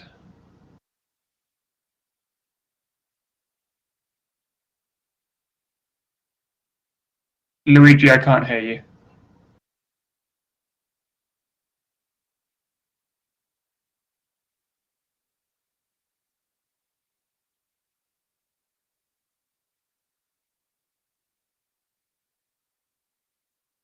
While I wait for that, Kai sent me a message and asked me to just prove that Qt Creator works. So, Qt Creator, I'm going to do a live demo. Quinn Wayland replace. Oh, will it work? It does! Qt Creator! Oh! Right, I'll read some of the questions myself. Kai says, you mentioned custom Wayland protocols in Plasma Shell. Will this affect any client that uses custom Wayland code? Yes, if you use custom Wayland code, there are changes that are going to need to happen. I'm hoping we can abstract this so the path for our global has been removed and things have been reset is the same. And then from your client point of view, you just have to implement one thing. Nico asked, how does GTK behave? Well, right now, it will just close like it's doing now, which, as I said, it's no worse. I think ultimately we are going to have to convince people we've done this demo, we want you guys to be involved, and then introduce this into Qt. Luigi, did you want to say something? No. Yes, I guess you can hear me now, hopefully. Yes, I can. Sorry. Quick no problem. No problem. It's a talk about restarting and not restarting in practice, so I guess it's appropriate. So, okay, so I guess you answered. I've answered your top two. So Kai and Nico. Okay, so we have the other from Nate. Are there merge requests for these changes that we can follow? I guess you have not started yet. So I have branches that are pushed, if you can find them. There's one with libwayland, one with Mesa, and personal forks. I haven't turned these branches into merge requests, partly because I'm just trying to do cleanup at the time. Qt Wayland, you'll find my fork on invent somewhere, but it's full of some QDebug noise. So it's just that little bit of cleanup to do to get it to a less embarrassing state. I hope to do all of that before Academy. That was clearly a plan when the call for papers came about, but that's not how things work in reality. Oh well, no problem. There will be time, and it's good to hear that the other toolkits are at least partially on board with this, because otherwise it will be kind of not complete. But it's already good. There is another question. What will be a potential timeline for this work to be merged? Well, it's connected to the previous one. Yeah, so especially as I said, if we've got a Qt 6 Alliance that puts a minimum time frame on it, it's going to be at least a long time. But I think that we can still have this happen before Plasma moves to Wayland by default. I think doing a timeline based on that semantic level of before we move a default for our users, that seems doable. That's good. There is another question from Kai. I think that's, okay. You reckon we can make sure Wine's relatively fresh new Wayland support effort can already cater for this? Sure, why not? Relatively speaking, you're only going to be using a small subset of the Wayland protocols. It will be similar to adding. I said SDL was 100 lines. I think I said it was 75 lines. It's going to be similar for this. It might be more. I'm not going to claim how many lines of code something I haven't looked at is going to be, but it should be manageable. It should be exact same approach, amount of same workload. I like how both of you are in matching t-shirts. Oh, it's the Academy t-shirt. Explains it. Yeah, I have a question for you, David, as well. Yes. I've been advertising our pub quiz and asking people to send photos all this event. Have you done it at least once yourself? You'll see which desk is mine because there'll be a knee in the way. Okay, we are having this pub quiz together. We're the hosts of that. Maybe you can use this occasion to advertise it at least once? Yes, there will be a pub quiz Thursday at some point in your time zone. Look it up. I couldn't ask for a better advertisement. Well, you could. You wouldn't have got one. That was literally me trying. Okay. So some helpful person just put a link in it. Oh, it's you. Some helpful person put a link in the chat. Yep. Okay. Are we done with questions? Luigi, did you find any other? There are no other questions, it seems. Yep. So I guess we're done with this. Thanks again, David. And we can restart in 3 minutes, I think. 3.5, something like that. Restart. Nice. Yeah. And in those 3 minutes, we'll be hearing from Björn about how we can solve the personal data problem. See you in a few minutes.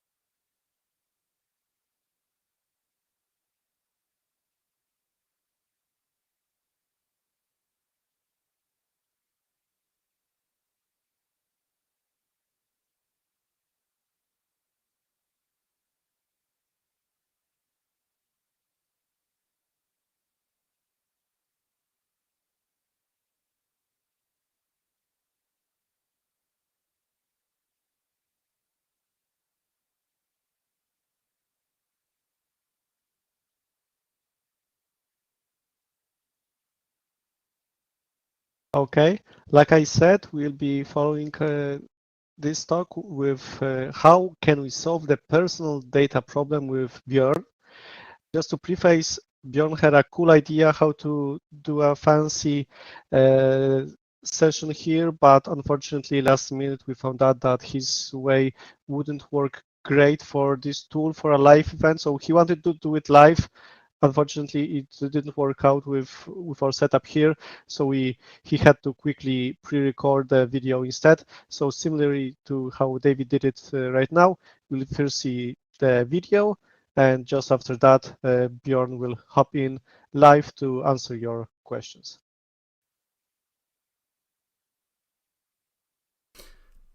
Hello, welcome, and thanks for joining me on my talk about a solution to the personal data problem. I'm really excited about this talk for two reasons. First of all, it's been really a long time since I last talked to you here at Akademy. And for those who don't know me, my name is Björn. I work at KDAP as a project manager and UX guy, but I also have a history in free software. It all started shortly after 2000, when I helped to initiate the Open Usability Initiative. I was also involved in creating the visual design group within KDE. And my last contribution was the K-user feedback, which I happily see all around KDE by now. On the other hand, I've always been a data activist. So I try to avoid producing personal data as much as I can. You know, next to running Linux, I've degoogled Android. I run my own cloud, or better, Nextcloud. You know, whatever. I try a lot to avoid producing personal data. So, as you can see, there are two hearts beating in my breast. On the one hand side, I need to know everything about the users to be able, as a UX guy, to optimize services, products, and so on. On the other hand, I know the danger producing personal data brings. And the second reason I'm really excited about this talk is this is the first time I'm talking publicly about what I think is a solution to this problem. So let's take a look at what you can expect from this talk.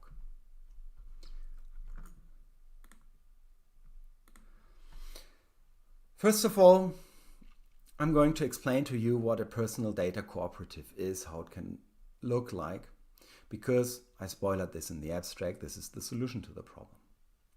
But more interesting than that, even more interesting than that, I will explain to you why I think that if it's done the right way, it will actually change the world toward a private world where we can still benefit from, you know, the comfort and the services big data analysis based on our personal data brings. And last but not least, I will explain to you how and why we as civil society, you know, as free software and as KDE specifically, why we are the ones who can start it. We don't have to wait for anybody else. We can just hack the current system and start it and change the world to a better place. I'm deeply convinced about this, and I truly hope that at the end of my talk, some of you are convinced as well, or at least as curious or curious enough to join me refining the ideas. What I'm going to present to you is a blueprint. It's not a detailed concept, but it is the fundamental idea behind it. And I hope you'll understand and get it. And I hope that you will agree at the end, even though I know you're probably very critical, because I know about the discussions about collecting private data within KDE. But I still hope that I can convince a couple of you to help me take this further. So Obviously, we need to start with a fundamental question. If I want to propose a solution to the personal data problem, the fundamental question is there a problem with personal data? And the answer is yes. There is a problem with personal data, a huge problem with personal data. And I really don't want to pitch you about this too much, because I think we can spend our time here much better. But still, I want to bring your attention to a couple of aspects of the personal data problem. So first of all, why am I talking to a free software community about this? Because I think free software is falling behind because we constantly say no to producing or using personal data.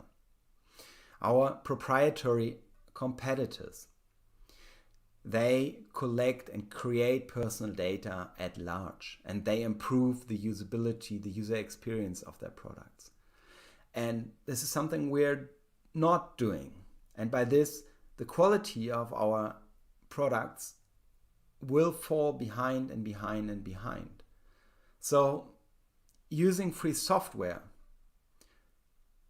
will become more and more a matter of belief, of thinking of doing the right thing rather than using the better product. There are exceptions, definitely. But at large, we can't compete with the quality of proprietary software, of software that engineers the user and the user experience into the products itself. We're trying our best, but the key to success really is personal data. A second aspect I want to bring your attention to is innovation today often isn't about creating great algorithms. Innovation today often is based on the availability of personal data. Think, for example, about predicting traffic jams. It is really, really simple. You just have to know, okay, there are a lot of people on the street, and they're not moving at the pace they should be moving. So traffic jam. Yeah. So if we want to, help people with a good routing algorithm, we wouldn't need to know that there is a traffic jam. But this is something, if we don't have the data, we will not be able to create such a service. So these 2 points together mean that I think that our reluctance to create personal data and use personal data will actually lead to the situation where we as free software become more and more irrelevant. And this is something which is utterly wrong for society. We need free software, we need free services, and we need something as simple as a free traffic jam warning thingo. So, but there it goes even further. Yeah. If we think of those who actually own the personal data right now, it's a very few companies that know a real lot about us. Think about those companies. Those companies are also those who actually have most of our attention span. So when I don't know if you've seen the Cambridge Analytica documentation on Netflix, but if you see how knowledge about the personal data can help to influence elections, even the US presidential election has been influenced, or the Brexit. Yeah, if you see this, then imagine how hard it will be to regulate those companies when we actually reach a point where this is necessary to do. And the last thing which I want to mention here, sort of pitching you about the problem personal data brings, the last thing I want to pitch you about is I think I am trying to avoid producing personal data. I'm trying, I guess a lot of you are doing just the same. But still, we have to suffer from the effects that the misuse of personal data brings. You know, Trump has been elected. The UK, you know, has left the EU. Even though we do all we can to avoid producing personal data. And that is because the current approach is a kind of an elite thinking. We are thinking, well, you know, go ahead and there are alternatives, use them. But we don't see that you have to be really, really competent. You need to have a lot of time and willingness to be able to not produce data. Giving you one example, I've been working on a home automation system for my little flat I have. I've been spending, I don't know, 500, 600, 700 hours into setting up a home assistant to, you know, work within my flat, and it still doesn't fully. I don't think we can expect a lot of people to do that. So the problem we have is really a usability problem.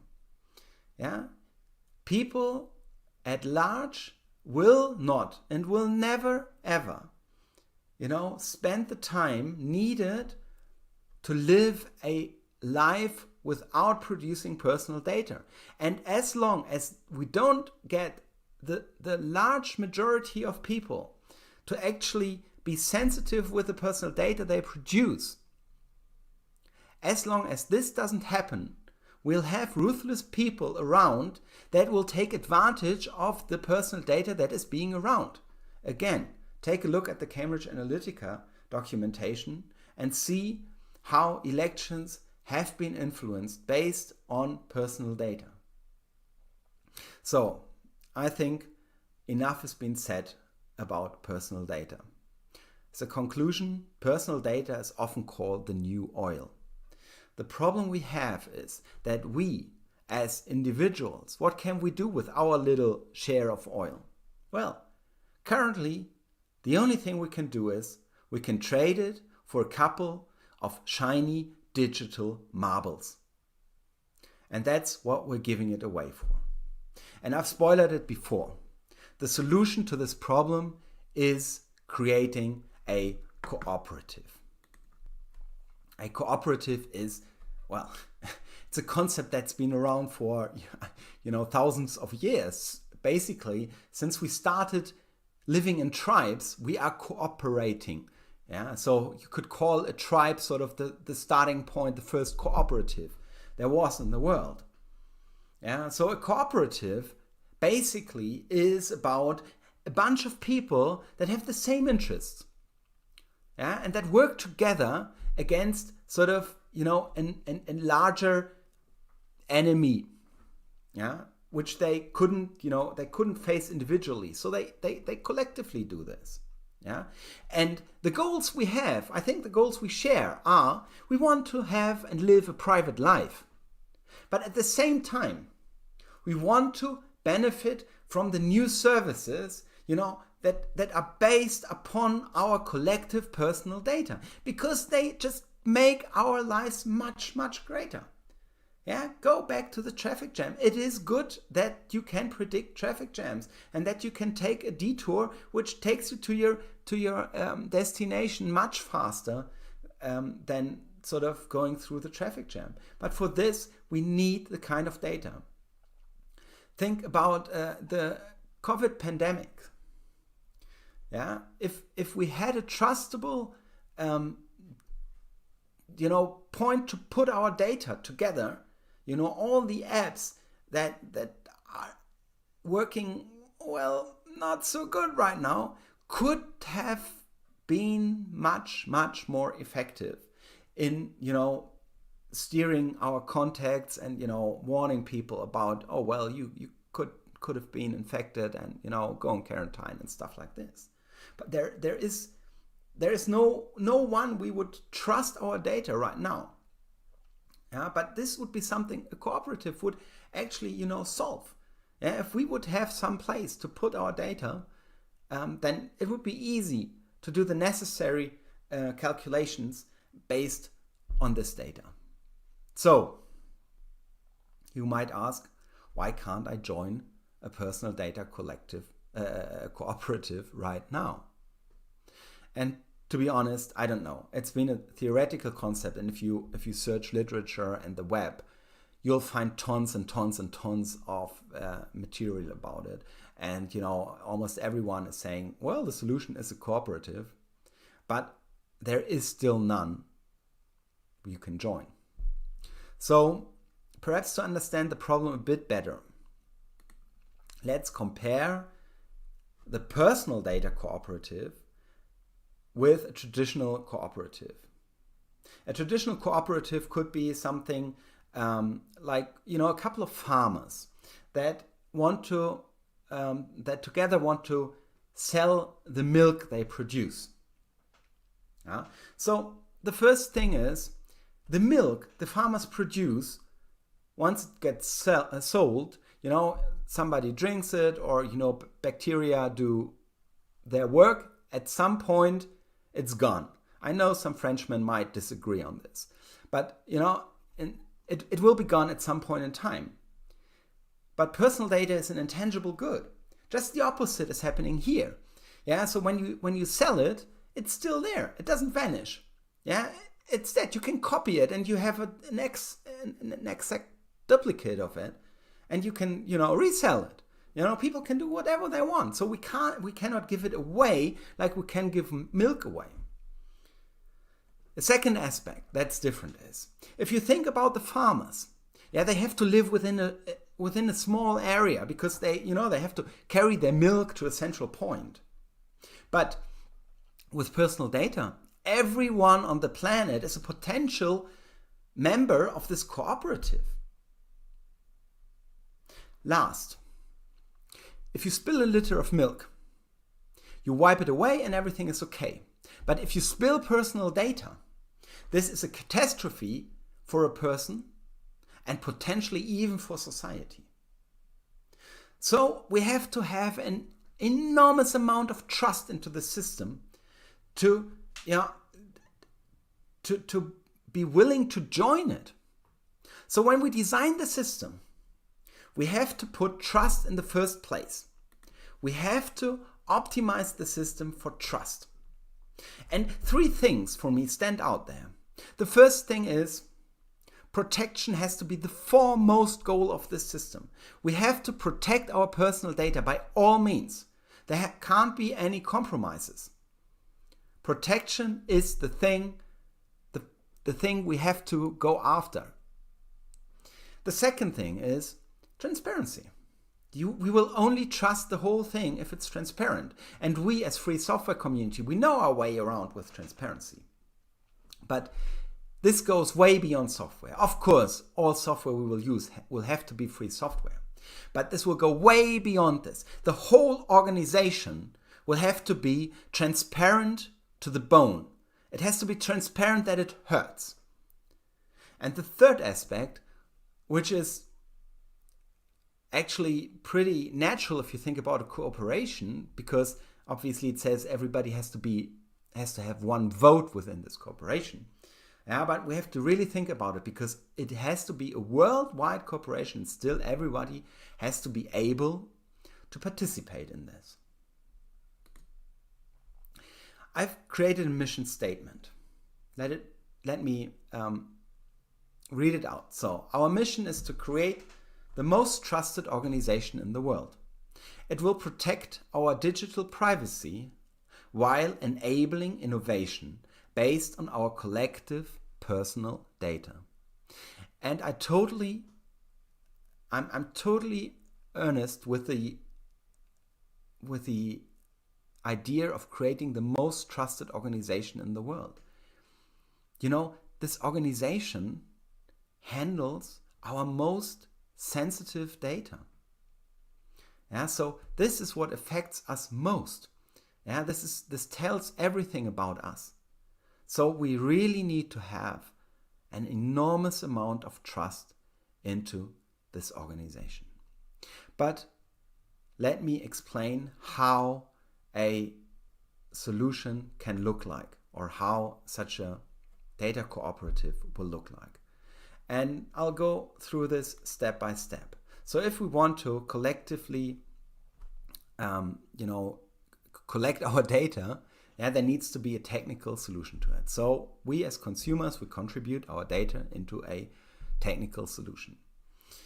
So this means there has to be, some input mechanism. There has to be a storage of the data. I'd call it a data pool.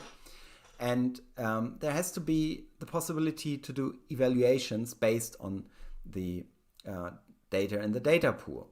And we should strictly follow the open algorithm approach of the MIT, which says we should not move the data to the algorithms. Instead, the algorithms have to move to the data. And this is because data is an intangible good, as we've seen before, and it can be copied. But if there is a technical solution, we will need to have somebody who's actually running the technical solution. So we should create a for-profit company that runs this technical solution and that actually earns their money by creating a marketplace of evaluations, of anonymized evaluations based on the data on our data pool.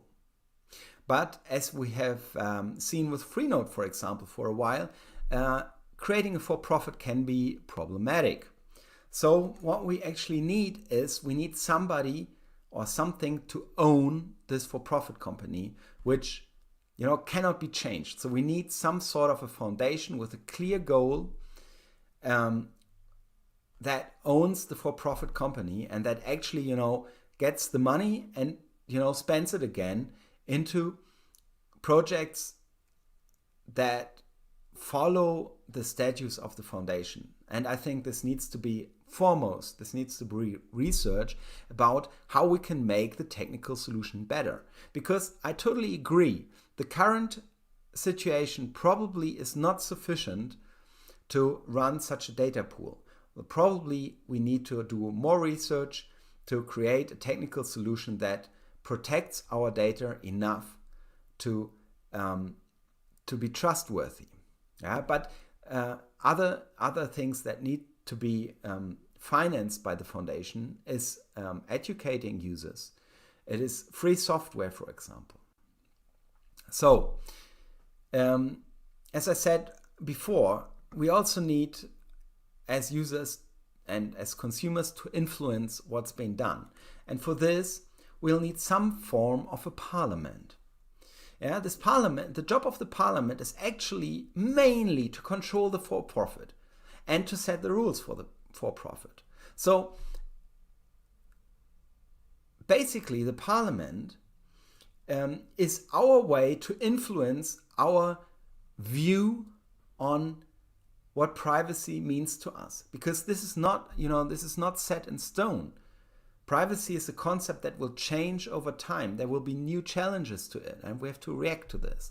So the parliament, next to sort of defining priorities on how the money should be spent, is mainly for controlling the for-profit. It will set the rules for the marketplace. The for-profit will run a marketplace, but it cannot be allowed to do anything or sell any data.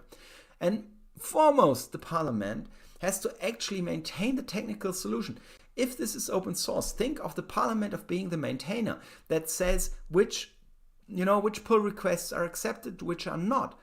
And by this, the parliament can control which data goes in the first place and which evaluations are allowed upon our data in the last, are finally allowed on top of our data. So the parliament really has to be the product owner of the technical solution. And the for-profit can only use what the parliament allows.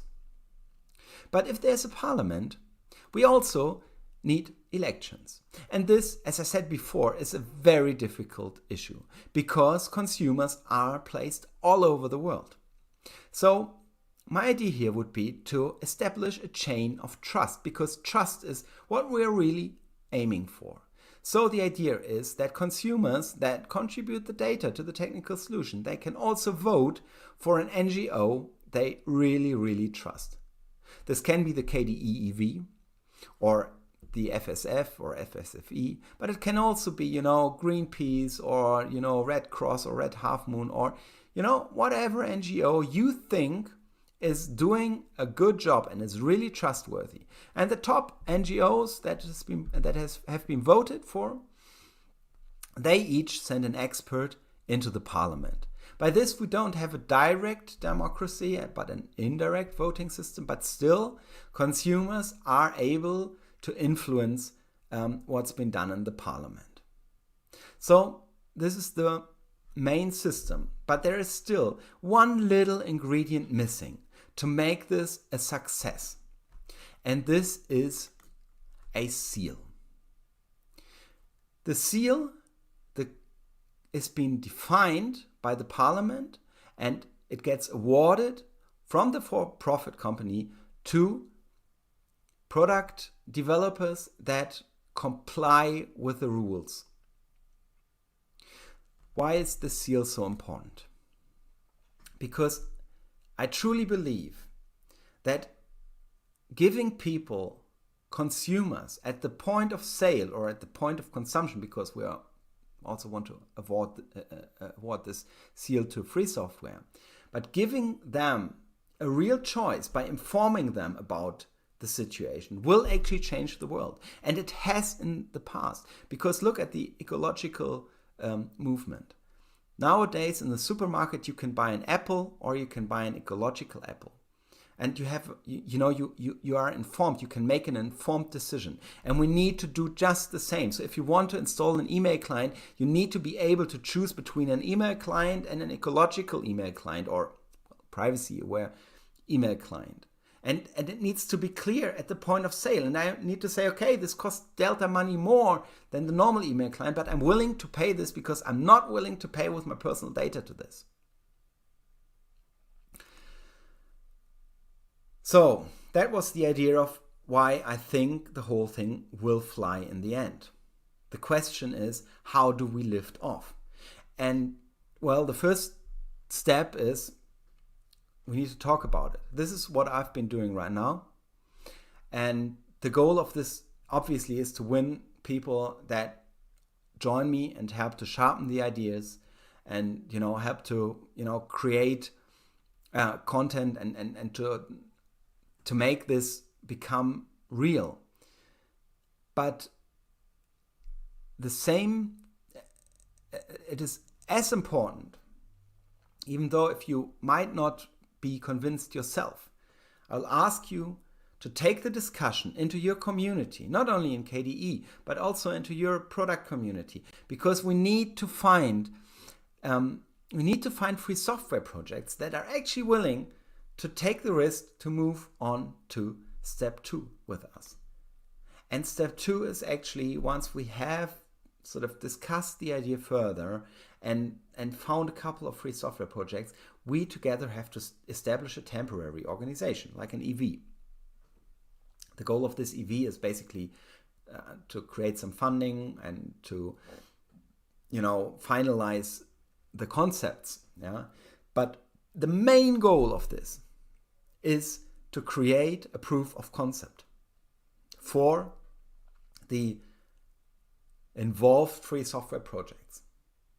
So together we need to create a solution where our users can opt in and say, yeah, I'm willing to spend my data, and a solution that fulfills our privacy demands, because I think we have the highest level on this, of integrity of the system, and only if we can fulfill it for ourselves, we can be successful.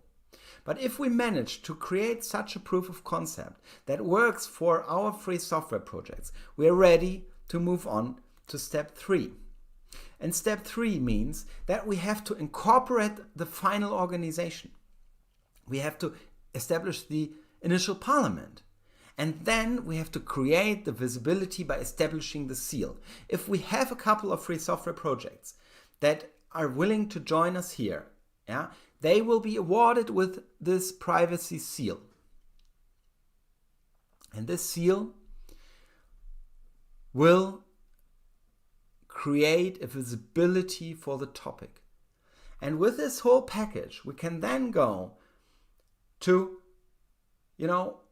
commercial and proprietary software developers, because what we now have to offer is a service they are willing to buy. Our service means that we take care of the GDPR issues for them. They don't have to care, because if they use our system, they won't even have access to personal data anymore. They will just have access to evaluations based on that. So they can sort of, drastically decrease the effort they have to undertake to be compliant with GDPR and other laws. Also, the seal is a matter of trust. It transports trust. So if a product gets the seal, they can ultimately, raise a higher price because it is a more trustworthy product. So again, this is something product developers will be willing to pay. And the last reason is that they get the opportunity to actually do the right thing and not just keep on piling the data they produce on the data piles of a few big companies that already know a lot about us. So I think that the right starting point for this is free software. Within free software, we can create everything we need, and then we can expand the system towards commercial software. And by this, we will allow people in the long term to take informed decision at the point of sale, at the point of consumption. And this will change the world. And there is a plan how we can get there. So, summing it up, we can solve the personal data problem. I hope I can find a couple of you guys to help me bring this further.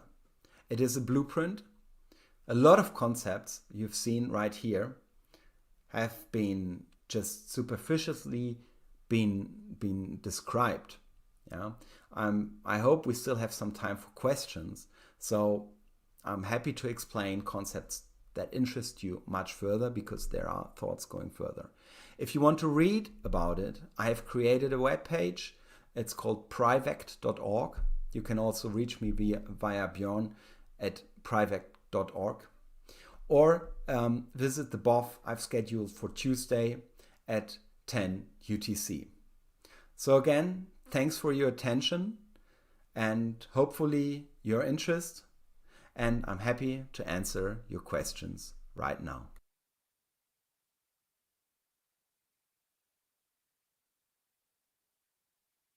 Thank you. I hope you can see me. Okay, thanks.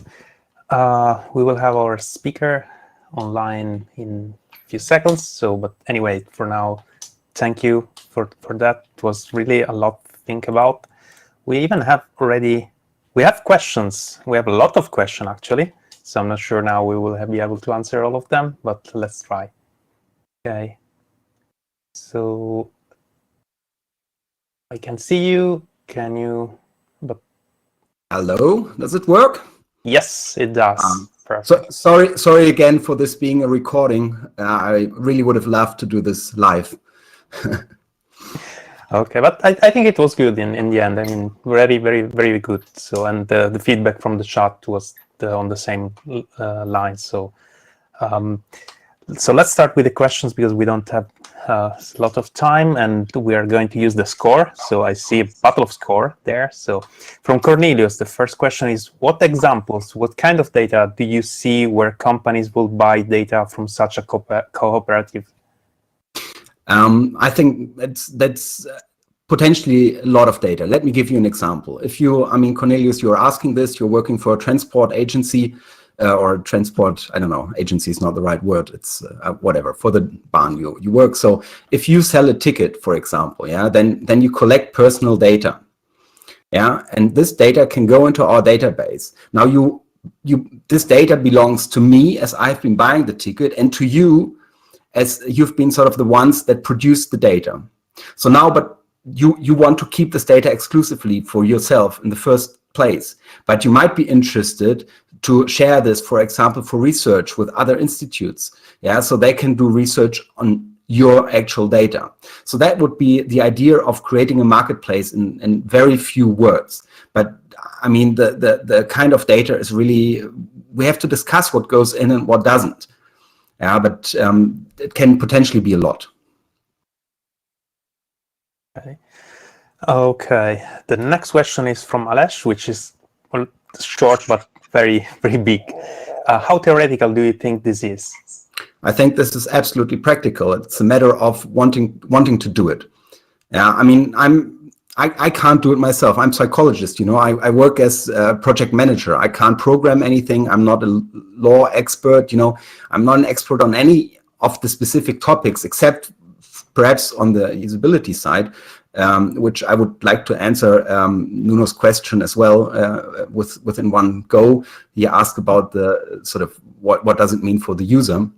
And I think that's exactly the important thing. The user has a single point. You know, the user needs to have a dashboard where he or she can just say, okay, I want my data to be shared with, you know, free software. I do want free software to be able to access it, but I don't want, I don't know, big tech, yeah, or I don't want, you know, anyone dealing with weapons to access my data. So the user actually gets a single point where he can control all the data and define where their data should go to. So for the user experience is extremely improved. By now or today, you would have to, you know, go through thousands of apps and, you know, individually state, yes, I want to share this kind of data. And I mean, you totally lose overview there. So I think it's very important that I think it's an absolutely practical idea. I mean, there are a lot of pitfalls and a lot of research to be done. Yeah, I think our database structure isn't good enough right now to, you know, cope with what we're asking for. But yeah, it will change the thing for the user as well. It will make it much easier. Okay. Another question is from TR, which has a higher score. So, how will it be protected from abuse from inside by the agents inside the company or from accidental leaks? Would it be integrated into the way private data is handled inside the company? I can't tell you exactly how this has been done, but we have to create a structure that makes it very, very hard for leaks. I mean, obviously, we're all humans. There will be leaks. Yeah, I mean, you can't promise anything else, but I think an important role here is, again, the parliament I proposed, because it really takes the instance of controlling the for-profit company, where the for-profit company by itself cannot be transparent. Yeah, because, you know, it has to protect certain things. Yeah, you cannot put your passwords out there. Yeah, this would be not, you know, that would be not helpful. But exactly there, the parliament steps in and has to actually check that beyond the scenes that are public anyway, everything is okay. And this is why we have to create a chain of trust into this parliament. We have to trust that the people sitting in the parliament are actually sort of, you know, working on our behalf. We, as, you know, contributors to the data, are the shareholders of this business. So this business has to work for us. That is the whole idea. Okay. There is another more tech questions about the competition. So how can this highly regulated for-profit data vendor compete with huge company collecting, selling all the data that they can get nearly unregulated or even financed by intelligence organizations? I think the lever for this is actually that we start within free software. We just offer an alternative. We don't force anyone. We don't force users into this, and we don't force companies into this. But from my professional experience, I know that not a lot of companies are actually interested in my data. They're interested in our data because they want to know how their users behave. They don't want to know what Björn does. They're simply not interested. So they do have an interest in joining us. We have an offer that is good for them, not only on the GDPR thing, but also this label will, you know, it will transport trust onto those organizations that have it. It will work just like the organic apple. Yeah, the organic movement is is successful because the users have a choice. And that is exactly sort of the mechanism working here. And companies will just join because it's the better choice for them than to deliver the data to some of the big companies. Okay. I'm not sure we have time for another question. I can start reading it. We have like 2 questions left in case we're not going to have them. We can always discuss them in the chat. So well, there is a BOF on Tuesday at 10, so join me there. I'm happy to discuss a lot of issues. There are a lot of questions, and I could only sort of go through it on a pretty shallow level. There are thoughts to a lot of things, so I'm happy to discuss this. Okay. So thanks again, and let's move forward with this room, which is now unified. So Adam, what's up? Okay, thanks. Yes, thank you very much, Björn. Thank you, Luigi, for handling the questions as well. Welcome everyone who joined us from track number 2. Oh, you wanted to see someone else. You wanted to get away from me. And where did that bring you? Right back to me. Welcome everyone. And coming up next is the KDE network with a bunch of cool people coming right up. So I think everyone should be here already. So come on the webcams, come on the audio channel. We can start. Aniqa, are you gonna be presenting? Yes. Hello. Okay, I'm giving you the presenter role, and you should be good to go. Good luck. Thank you. Thank you so much, Adam. Thank you, Adam. So hello, everyone. Today we're going to talk about KDE network, but first let me start by introducing myself. My name is Bhavisha Dhruve, and have been part of this lovely community for the past 6 years. I started out as a GSOC student, and I'm currently a member of KDE Community Working Group. I'm also a part of the KDE Network Advisory Committee, the KDE Promo team, and a standing member of the KDE EV. With me today, we have Aniqa Khokhar, one of the founding members of KDE Network, Tomaz Canabrava. He has been very active in engaging the KDE Network chapter in Brazil, and Aiswarya KK, she has actually led one of the pilot programs for KDE Network in Kerala. But before we go ahead in knowing more about the KDE Network chapters and the pilot project, we'll do that later in our discussion, in panel discussion round, but we wanted to give a bit of context about how KDE Network came to be. KDE is always in search of bringing new and fresh ideas by involving new contributors in our community. And for that, we have Google Summer of Code, our very own season of KDE. We even have a welcome chat group in Metrics so that new members that join KDE have a welcoming environment where they can feel free to ask questions. In addition, we have been improving our documentation and have been making our websites more appealing. And of course, we host KDE Akademy every year, which is the largest meetup of KDE developers all across the world. But we wanted to pivot our focus on 3 main goals with KDE Network. We wanted to diversify our community. We wanted to increase our end users, and even we wanted to create brand awareness. These 3 are the tenets from which KDE Network was originally developed across.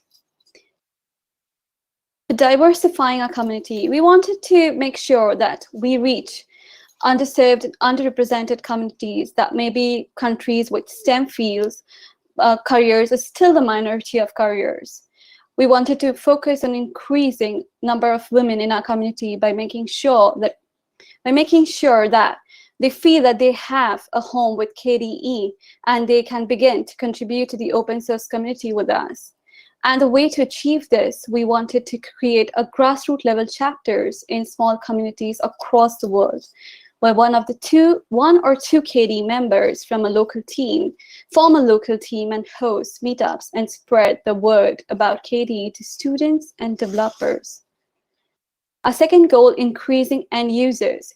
We want to increase our end users, and we feel that there is an untapped market where KD is not reaching, and for that, we wanted to target educational institutes. We have amazing products that we think would benefit students across each spectrum. And for that, we should provide translation and localization to reach across the language spectrum. And for that, and most importantly, we wanted different countries to adopt KD very easily. Our last goal would be creating brand awareness.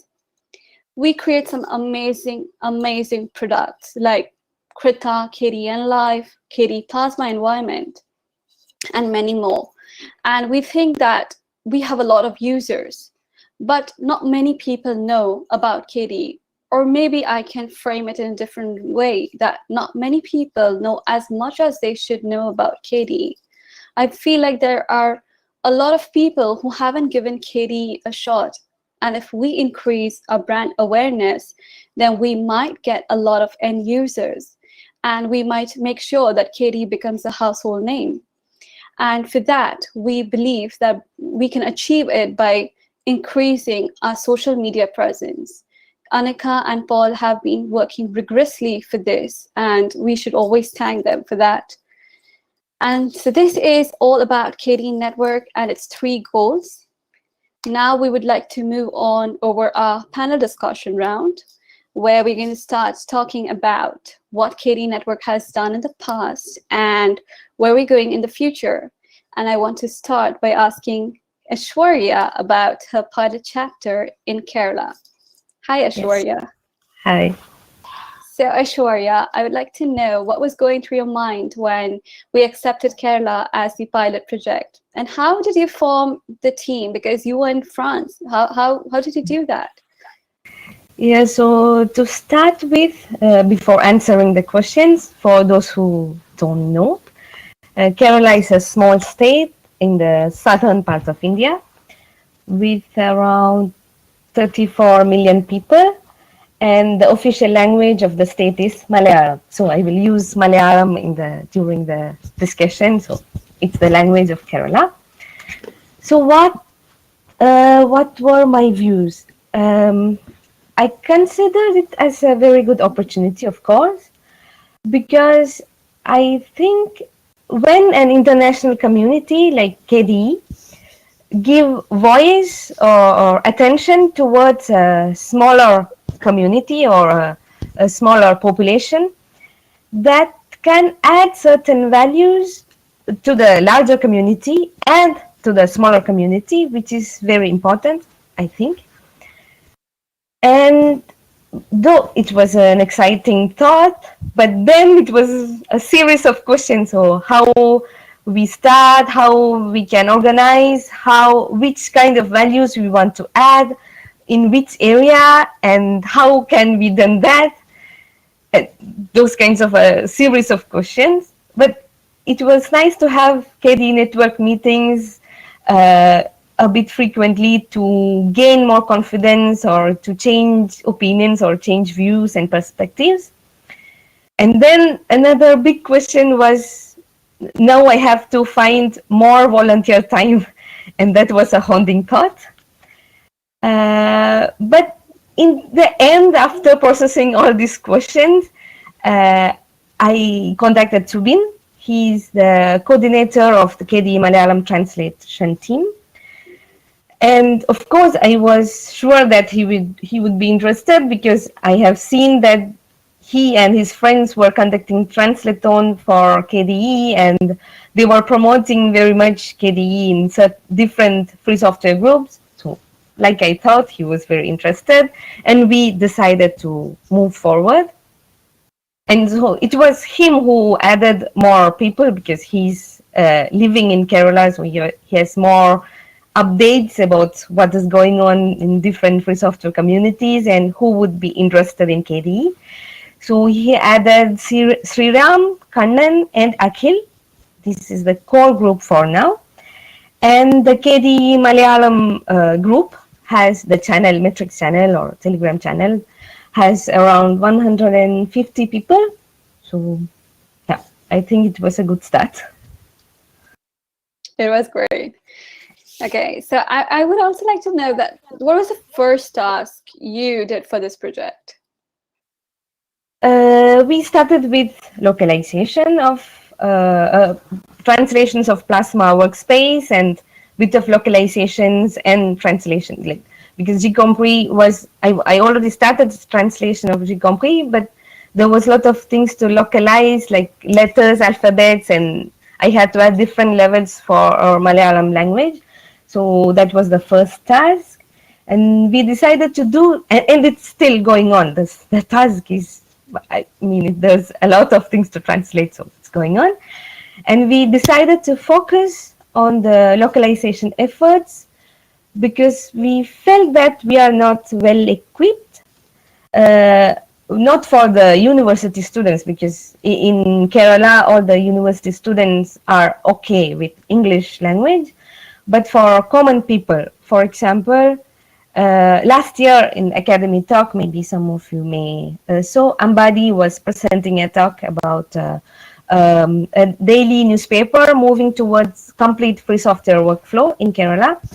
So, and more newspapers are interested to go towards 100% free software workflow with Plasma. They are using Plasma workspace and a lot of KDE steps and other free softwares too.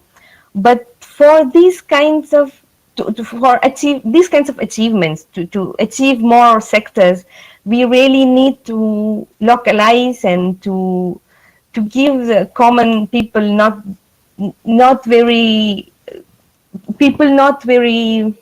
easy with English to have easy access and easy way to be in and to you as a user too. So that's why we choose to start with translation. Sorry, that was a long answer. No, it's okay. And we all know Kerala is a place where open source is given a lot of importance. Was it easier for you to start this pilot project? Yes, Kerala is a very fertile ground for free software. And the state government, the Kerala state government has had acknowledged the relevance of free software as early as 2001. And in 2007, the government released an information and communication technology policy in which one of the objectives was highly concentrated on free software. I would like to read out that part. The government realizes that free software presents a unique opportunity in building a truly egalitarian knowledge society. The government will take all efforts to develop free software and free knowledge and shall encourage and mandate the appropriate use of free software in all ICT initiatives. So I don't need to talk a lot on that topic. So it was indeed, it's not really hard to talk about free software in general. But these achievements are gained through a lot of struggles, and there are a lot of free software activists, a lot of free software communities, and there were even protests by teachers community against teaching proprietary software. These kinds of thing happens, and so the community is very political. So it has its own, so it's in a way, it's very easy to start a free software initiative there, but it has its own challenges too. For now, to start with, we didn't have big issues because we are a small group and we all know that all are interested in KDE and what KDE, bigger community of KDE, how it is and all. That was easy, but then the hurdles came after, I would say, recently during Academy, what I think is now the bigger community may be thinking that it is our efforts, the KDE network is the reason to include all these KDE applications in the education system. But please don't forward this narrative, because that could be ignoring a lot of years of struggles and fights from other activists. So if we put forward the narrative, that will be hard for us, the KDE network, to grow there because of political discussions and issues. So and that could be a hurdle, but now I think as I presented it, it's okay. So everyone knows that it is not mainly as it started. So all the initiatives are from long time struggle. And of course, we worked for betterment and improvement. And for example, they were using gcomp3 of GNOME version, the old GTK version. So we tried to move to Qt version. So things like that happened, but still the major grassroots things were started before. So we didn't have a lot of struggle in that part. And another, so the difficulty starts actually in April for us. We have been a bit inactive since April. Like you may all know that it's really hard time for India, like many other countries in the world, due to COVID-19, socially, economically, and all. So this has affected a lot the team and our activities too. And we were kind of depressed, I would say. And then, but now it's okay. We are getting better. We will try to reactivate soon. And though we were inactive in the sense as a collective, but we were in our personal level, we were contributing or continuing our contributions. Yeah, I think, yeah, that's it. Okay, great. Thank you. Thank you so much, Aiswarya. Now I'd like to ask Tomaz about the Brazil Network chapter. So Tomaz, hi. I wanted to know, what does Brazil think about open source, and was it easy for you to start the Brazil Network chapter? I'm so sorry, Tomaz, we cannot hear you.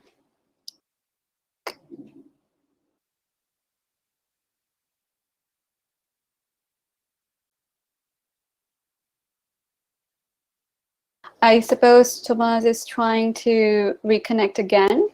So give it a minute.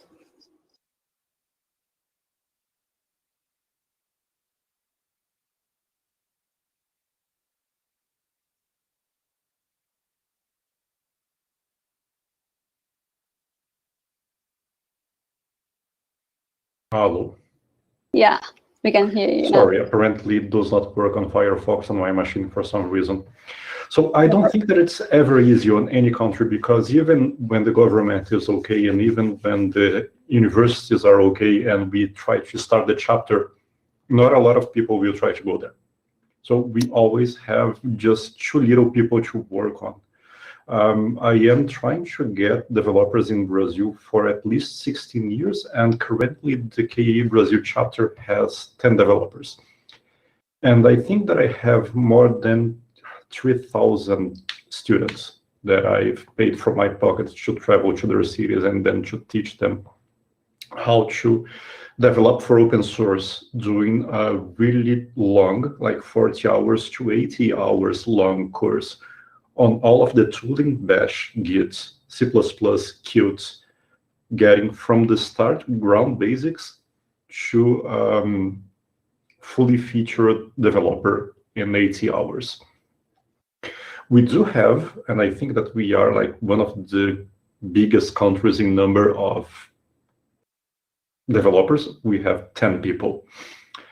I think that it's improving right now, mostly because I'm opening for people that are not only interested in KDE. I say to them that I will help them do whatever they want if it is open source for free.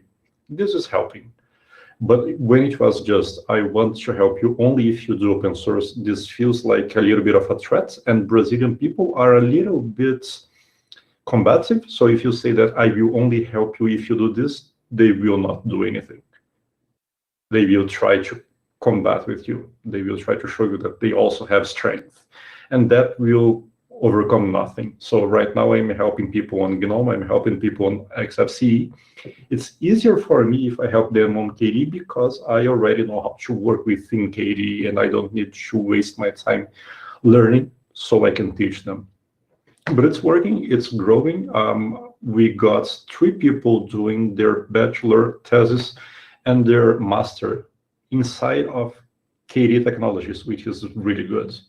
Now, I also got 2 teachers trying to use KDE software within, and I've also got 1 teacher trying to get one of applications that he developed inside of KDE. So this is doing great. We feel that a few of the universities are coming to us for help instead of us going to them begging for their acceptance. And this is really good. This is really cool. Basically, this is my intro. Yeah, it is. It is so great. And I've heard that you were doing some projects for the Brazil network chapter. Like, if I'm not wrong, something regarding the Panda project or something. What is that about? Can you repeat? I did not get your last few words. Okay, yeah. So I'm saying that we've heard that you're doing a few projects regarding the KDE network team, the Brazil network. So it's something you talked about, the Panda something. I'm not sure the whole name. Panda. Yeah. Let me get the link here.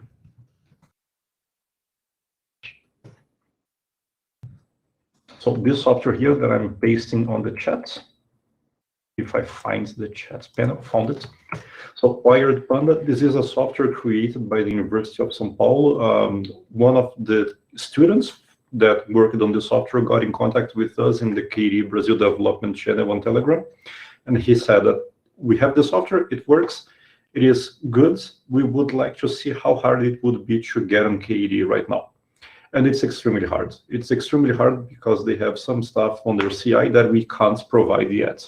So we are working inside of KDE so we can provide their things. And we are also working with them so we can make the software up to standards to what KDE requires.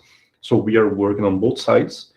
The software is really good. It is for teaching circuits and circuit logic, so Boolean logic, and how to draw circuits in a way that it's not professional software, but it's specifically for teaching, and a lot of universities are missing that.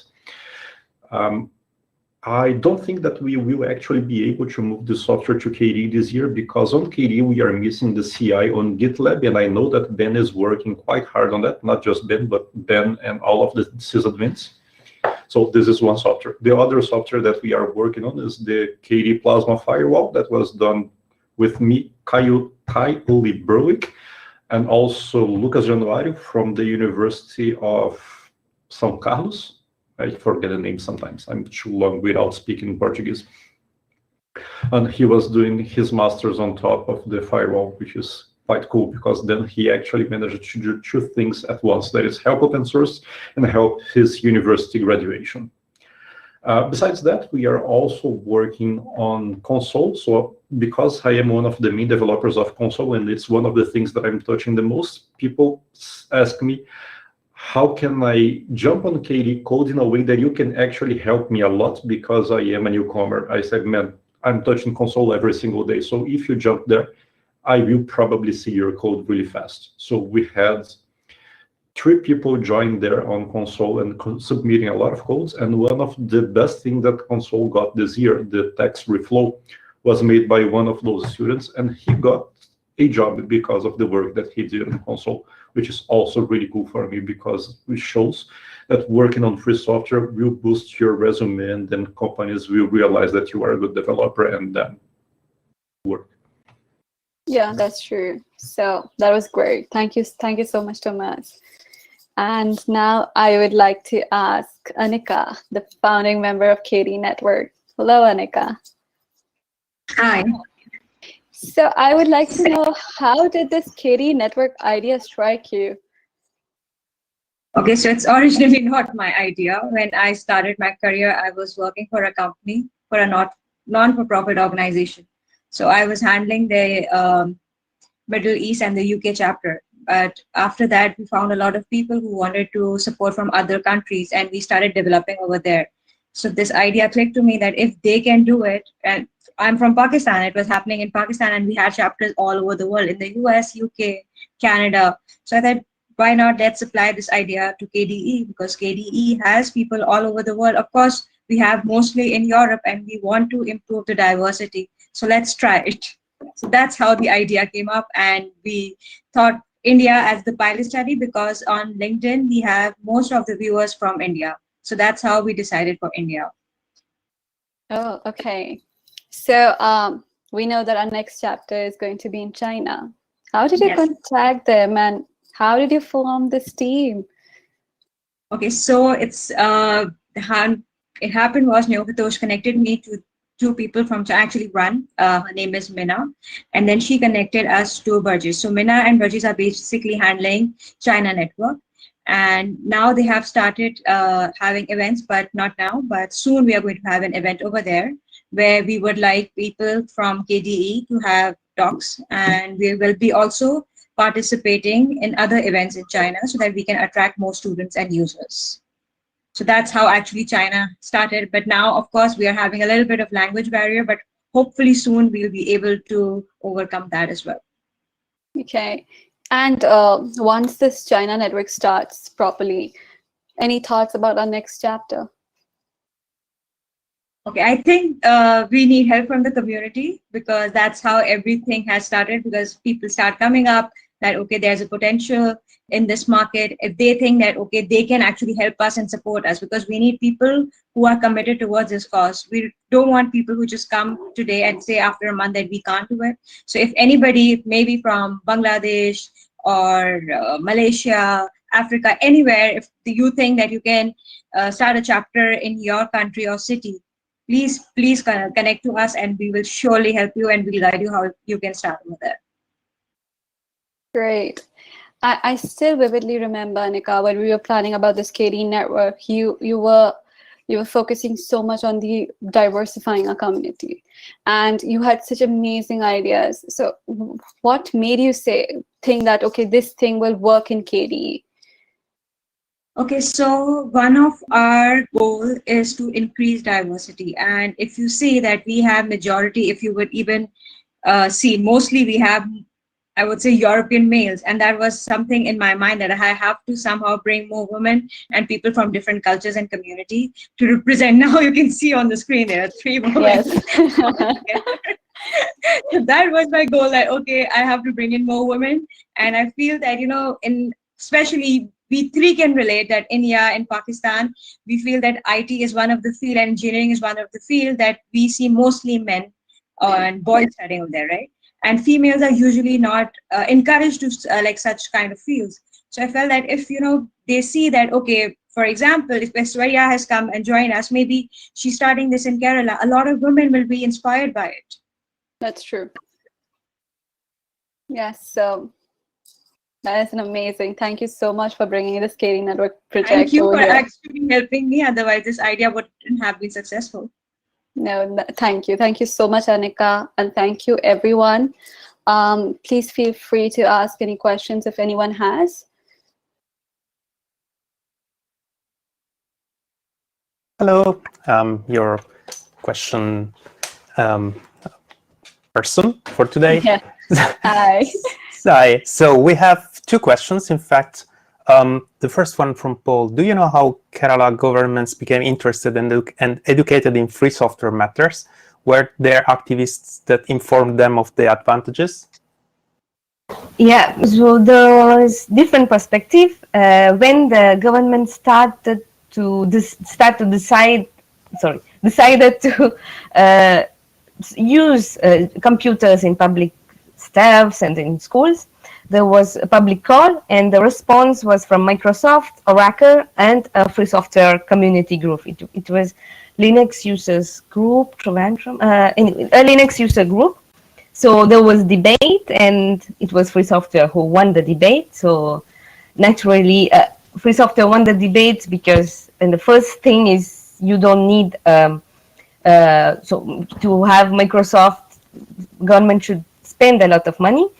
And the second thing is about Windows was not localized. There was no Malayalam in the desktop, so but Linux distributions were localized fast enough from the beginning. So it was a very good point to gain the debate.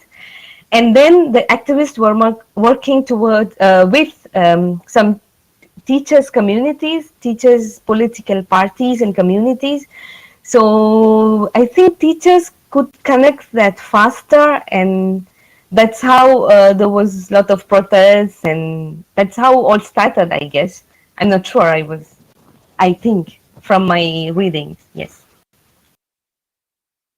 Very, very, very interesting, especially to have the user groups, the local free software user group be so involved. So that's really nice to hear. And also from personal point of view, it's interesting to hear the localization point being so important. So I'm happy for that. Yes. Okay. Another question from David. Can Kerala be a model for growth in the rest of India, or do other states demand unique strategies? It's already in other states. They are using, for example, Tamil Nadu. Has already migrated to free software, I think.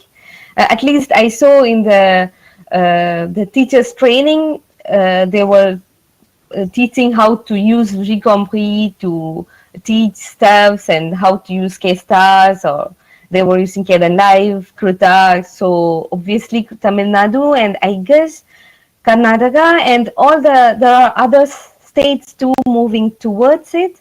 I'm not sure it's because of Kerala, but there are a lot of free software communities here and there in India. Like Raghu Kamath may know more, but yes, so they are all moving towards, and some are already migrated. Yeah. Thanks. Another question from Alesh. How are we fixing the language problem to approach the Chinese community? So what I am doing right now is that I'm in contact with Mina and Burgess, and we have actually we tried the same thing for Malayalam as well. But because in India, everybody understands English, but in China, that's not the case. So what we are doing is that we are going to translate each and every document which we have in Chinese. So it is much easier for them to understand about KDE. So all our presentations, all our basic stuff which we have about KDE is going to be translated. We will have a separate page. Right now we have it in English, but we are going to have it in Chinese as well. Good. There is also another question which could be, if there are no other questions in the meantime, a good conclusion in this. How do I help in making regional communities? Okay, so we have channels, KDE network. You just have to join there and suggest which city and country you think has potential, and then we can discuss it and we can take it further. So it's just if you know that there is potential, there are a lot of people interested in free software, and then we can take it forward together. Thank you. Thank you so much. I don't see any other question. Right now, we technically have a few other minutes before the last talk. I'm not sure if Adam is around and would like to. Of course I'm around. Of course I'm around. Yeah, sorry if I doubted you. Sorry. Thank you, Lishi. Thank you, everyone from the KDE Network session talk. Yeah, so I see already Jeri is here, but we still have a couple of minutes before we start with that keynote. So you can use those couple of minutes to grab a coffee, grab a cup of water, whatever, and we'll see each other again in a couple of minutes. Thank you. Thank you.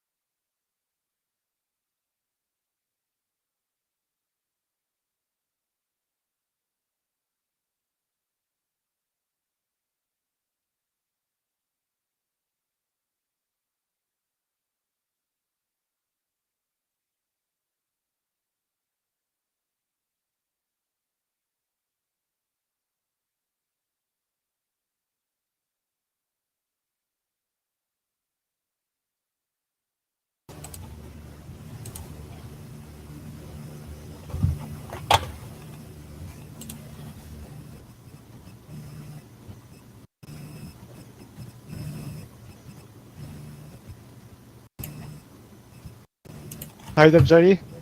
Hey, how are you? I'm great. I'm very happy that I'm the one that gets to announce the keynote. Oh my goodness, I'm so excited to be here. Okay, I think that's the time to start with the introduction. So, everyone, I hope you're back from the break. Jeri Ellsworth is an inventor. She's the CEO and co-founder of Tilt 5, and she's also our next keynote speaker. Everyone, please welcome Jeri. Wow, it's such a joy to be here.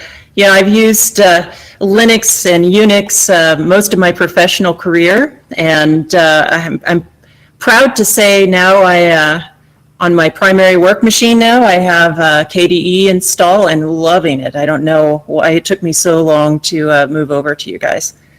So I have a lot of slides to go through and not much time. It's going to be a little bit of a rambly story, but I hope the key points that you'll pull out of this is look for mentors along the way, because my life has been drastically improved because of mentors and people that have helped me along the way. So my background's pretty interesting. I grew up in rural Oregon. I was raised by my father, who raised me by himself. He had a pretty lucrative professional career when I was born, but unfortunately my mother passed away the first year after I was born. And he had to give all of that up and move to this little farm out in Oregon to be closer to my grandmother. He tells stories of how agonizing it was when he'd have to go off on business trips. He'd give me to the babysitters, and I would cry and wail.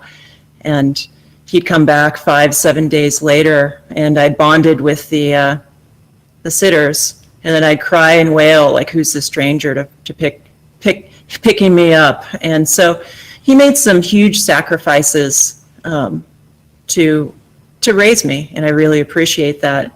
And in fact, he's my first and probably most important mentor in my life. So as a kid, I was super curious. I didn't like not understanding how things worked, and at a super young age, probably I guess like 5 or 6, old enough to sneak into my dad's workshop and get screwdrivers and pliers and stuff like that, I started taking apart all of my toys. This was very frustrating for my father because, toys are expensive and I was just dismantling them, but I just had this innate curiosity, like, why does this thing blink and make noises? I had to know. And that kind of curiosity has stuck with me my entire life. To kind of stave off destroying all my toys, I specifically remember there was a time when my father, who at this point had sold everything, moved to Oregon, and had been working as an auto mechanic, a kind of low-paying job, auto mechanic, brought home a box of automotive light bulbs and some batteries and some duct tape and some wires. And he showed me how to use tape to stick to batteries and to light up light bulbs. And this was really amazing. I had so much fun with this, but, of course, as a curious kid, the first thing that you do is, like, here's a light bulb, here's a different light bulb. So I took my gooseneck lamp, tipped it backwards, unscrewed the light bulb, and took one of the automotive light bulbs and dropped inside. And as you could imagine, I fell backwards. There were showers of sparks everywhere. The circuit breakers in the house blew. I was scared. I didn't want to reveal it to my father, but I couldn't hide it from him very long. Eventually, he figured out that, half the power in the house was blown out. And he gave me a bit of a scolding, and turned it into a learning lesson, about the dangers of electricity. Batteries are one thing, but playing around with 110 volts is another thing. But, my desire to take things apart, wasn't staved off with just a rack of automotive light bulbs. I just had to know how everything worked. And so I continued to take everything around me apart, including in I should probably tell my father about this someday. I took apart some of his stuff and actually, broke it.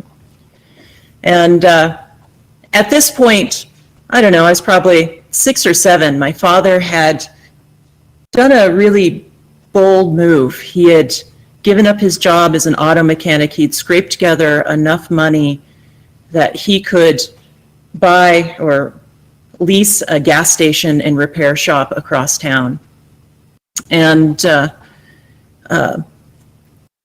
it was an interesting time for me because I remember we were struggling a lot at that point. There wasn't a lot of money, and we lived off of a lot of the food and the meat that we raised on his little amateur farm. But it was a really magical time to watch him go through that struggle, and he was very candid and shared it with me. But one of the things that he did that sticks with me today and was such an amazing thing is he couldn't necessarily buy a lot of toys from me to take apart, but he did put a box out in front of his gas station with a sign on it that said, "Bring your broken electronics and put them in here." And every 3 or 4 weeks or so, I'd get a random box full of broken electronics that I could just take apart and play with. And it was the best toy ever, right? I didn't know anything about what was going on inside, but I was taking these things apart. I would bend the little components back and forth and break the leads off, and I was making little piles of resistors with no wires on them and capacitors with no wires. And so much fun. I mean, of course, there were some negative things that happened too. I remember one time I took apart a tape deck, and there's this thing called a capstan. It's on this big metal circular thing, and it's like a nail sticking up, and it was sitting on the floor of my bedroom, and my dad walked in with his bare feet and stepped on it. He was not happy about that. So, there was another lesson to be learned there about clean up your room and don't hurt me. Never lets me forget that even today. So I got a little more advanced. I started learning more about electronics, playing with light bulbs, and all these components are soldered into these circuit boards, and I wanted to get them out. And so I discovered that I could take a AC wall transformer and hook it to a power transistor, and it would get really, really hot. And when it would get really, really hot, it would melt the solder that holds the components in. Of course, I was far too young to have a soldering iron. I was 7 or 8 years old at this point, probably. And so I was secretly doing this in my bedroom when my father wasn't around. And it worked quite well. It was kind of smelly, so I had to be careful. One day I was trying to do this, and my father walked in, and he was not pleased at all. And so he's like, I'll teach you how to use a soldering iron, and stop doing this. Let's teach you how to do it safely. So at a very young age, my father was open to letting me use potentially dangerous equipment, and he got me a soldering iron and showed me how to use it, and that was amazing. The number of hours that I sat just pulling components out with a soldering iron, it's staggering. So at this kind of young age, it was probably around, I don't know, maybe 1983 or 84, somewhere in that time range. We went to visit one of the friends of the family, and they had a TI-99 4A computer. And I had been seeing computers on movies for years and years, and I was just enamored with them, these magical devices that could do anything. And so I begged our friends to let me play with the computer. And I spent probably 2 hours just typing on the keyboard things like, I didn't know how to program, so I just typed draw house, and it would say syntax error. Paint house, syntax error. But that didn't stop me. I was just having a great time doing things with this computer on an old black and white television. Eventually, we went back to the friend's house a few times, and they brought out the programming book for it and said, like, this is how you use it. And one of my most fond memories of using a computer was the first time I entered several hundred lines of code and made what TI called it Mr. Bojangles dance on the screen. He was this little block character that would just dance, and his hands would move up and down. I was completely hooked at that point. So I started a full court press on my father to get me a computer. And back in those days, there weren't really computer stores around you could go to. You'd go to the big box stores. And living out in the middle of nowhere, I was 9 miles away from the closest town, and we didn't have a big box store, so it was probably like an hour, to get into one of the bigger towns. I was constantly begging my dad, like, let's go to Montgomery Ward's or let's go to Sears so I can look at the computers. And occasionally, we would be making a trip, and he would make a special stop by the computer and electronics section.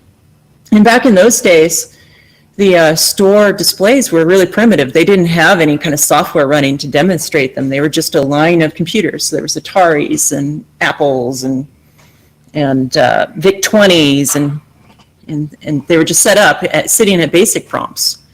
So, at this point, I knew how to type things like 10, print, hello, go to 10. And I'd be like, Dad, come look. I'll write a program for you.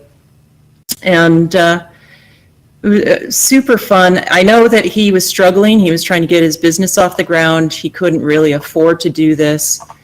But I really wanted one, and he made it happen. And what's funny is I wanted a VIC-20, because back in the day there was the VIC-20 and Commodore 64.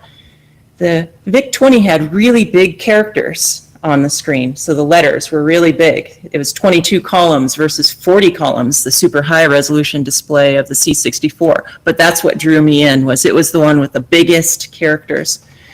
But fortunately for me, he got me the Commodore 64. And the Commodore 64 was an amazing machine, and many of you have probably used those if you're a child of the 80s. But I think it was really interesting the way that he purchased this. He purchased it and hid it in his bedroom in the closet. And I caught him one time. He didn't realize that I'd caught him, but he had been unpacking it from the package and hooking it up to his television in his bedroom and trying to learn how to use it before giving it to me. So, I'm living with my father alone, and I'm riding the bus going to school. So a lot of times I'd come home, he had to work until 6 or 7 o'clock at night at his service station. So I had like 3 hours by myself. So for probably a full month, I would sneak in and I would take the computer out and the disk drive out, and I'd hook it together and I'd start playing with it. And at the time, we only had one diskette for it. And I didn't know how to format the disks or do anything with them. And it had some demo software on it. And it had like a few blocks free of storage. And I wrote a couple programs and filled the disk up, before I even got a chance to that it was revealed to me. So eventually my father gave it to me. No special occasion. It was pretty amazing. I pretended that I was surprised, and we set it up in a common area, and I started playing with it a bunch. So he did go and buy me one video game cartridge, Donkey Kong. I must have been talking about it. He went out and got it for me, and it was amazing to have a video game that I could play because we had no other software for it. But that didn't satisfy me forever. I was, again, a curious kid. It didn't take me long to open the top of the Commodore and peek inside. And then also, I didn't have really a good concept of how electronics or EEPROM storage worked. So I figured that this cartridge was just making electrical connections. So I should be able to make the same electrical connections by sticking knives and forks into the cartridge slot. And so I did that. I would stick a knife or fork into the cartridge slot, and the screen would just wig out, and there'd be all these colorful things happening on the screen. And I was just sure if I poked it in the right way, a video game would pop up. And So I ended up burning up 2 or 3 Commodore 64s, and he had to send them off for repair or exchange. They were probably under warranty at this kind of early stage. I helped the demise of Commodore back in the day. But I remember the day he came back after I'd broken it, and he's like, yeah, those Commodore 64s are junk. They're not reliable. So the guy at the store gave me this Commodore Plus 4. Uh-oh. Wah, wah. Those of you that know Commodore, the Plus 4 was not really a great gaming machine. But that was okay. I wasn't necessarily into games as much as I was into programming. And this particular computer had an advanced version of BASIC with graphics routines and things that you could do with simple commands versus the Commodore 64, which was a lot closer to the metal. So this was my computer for many years. I was very, very happy with it. I learned a lot on it.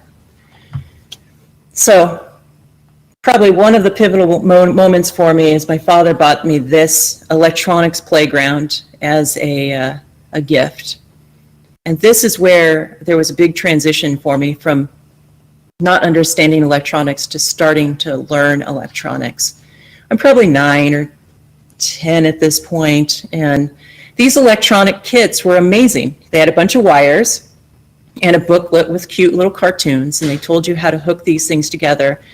And you could make police sirens, or you could make an AM crystal set radio, or you can make the 7-segment play like a dice game. And I just endless hours of fun and learning with this. It was such a great investment in my future.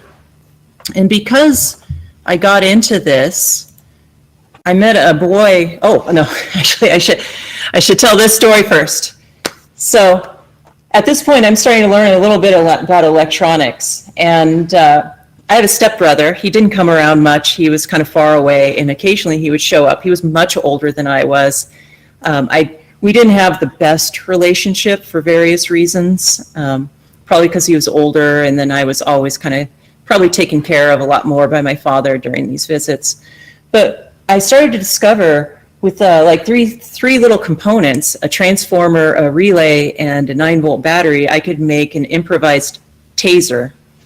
And so I wired this thing together, and I could generate a little taser device that would administer mild shocks. And so, my brother's giving me a hard time one day. I run off, I grab my taser, and I zap him with it, which he promptly ripped out of my hands and then started torturing me with it. So, it's like, okay, if I'm going to do this again, I need to come up with a better plan. So my plan was, I'm going to hold on to the 9-volt battery. So if he tries to rip it out of my hands, I'll have the battery and I can get away. And so at some other visit, he comes by and I'm going to go tase him. And I shock him, and he grabs the transformer, rips it out of the hand, and success, I have the battery in my hand. And so he starts chasing after me, and I'm running away, and he takes this heavy transformer and throws it and hits me in the middle of the back. So, lesson learned, just don't tase people. It's just not a good idea, even if you can disable the taser. Also, because of that electronics kit, I got into radios quite a bit because they had a project where you could make a little transmitter. And also in the junk bin at some point that my father was bringing home, I got a shortwave radio. And this was really an amazing device for me, the shortwave radio in particular, because it could pick up foreign broadcasts. And it was this strange world of, foreign broadcasts, and you would hear Morse code and all kinds of interesting things, and it would fade in and out at different times of the day, and I was just obsessed listening to it. I think for me, being a kid, living by myself, 9 miles out of town with no nearby friends, it made me feel a little bit less lonely, knowing that there was this big world out there. It was super fascinating. And so also got into building these transmitters, and I met a boy on the bus who was just a couple years older than me, and he was also into electronics and also had one of these electronic kits, and he was also interested in transmitting. And so we started building little pirate radio stations, and we would meet up and we would count the number of phone poles from his house that we could hear the radio station on our little transistor radio on the AM band. And then we'd ride from my house and we'd count phone poles, and that's how we would compare each other's transmitter. And it was kind of this war between us. Like one day he would like optimize his, and he could go a little further, and then I would build one a little bit more powerful. And we were doing this with like scrounged up parts. Eventually, we moved from using little small transistors to we started finding old tube radios at in garbage cans and stuff, or sitting alongside the road, and we started building bigger and bigger transmitters.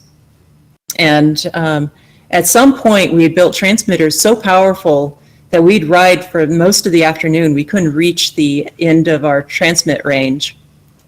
And that was when we switched from the AM broadcast band to the FM broadcast band. And we started having, it's a little more difficult to broadcast on FM, and it doesn't go as far. And we did the same thing. It was super delightful. I had a trick though.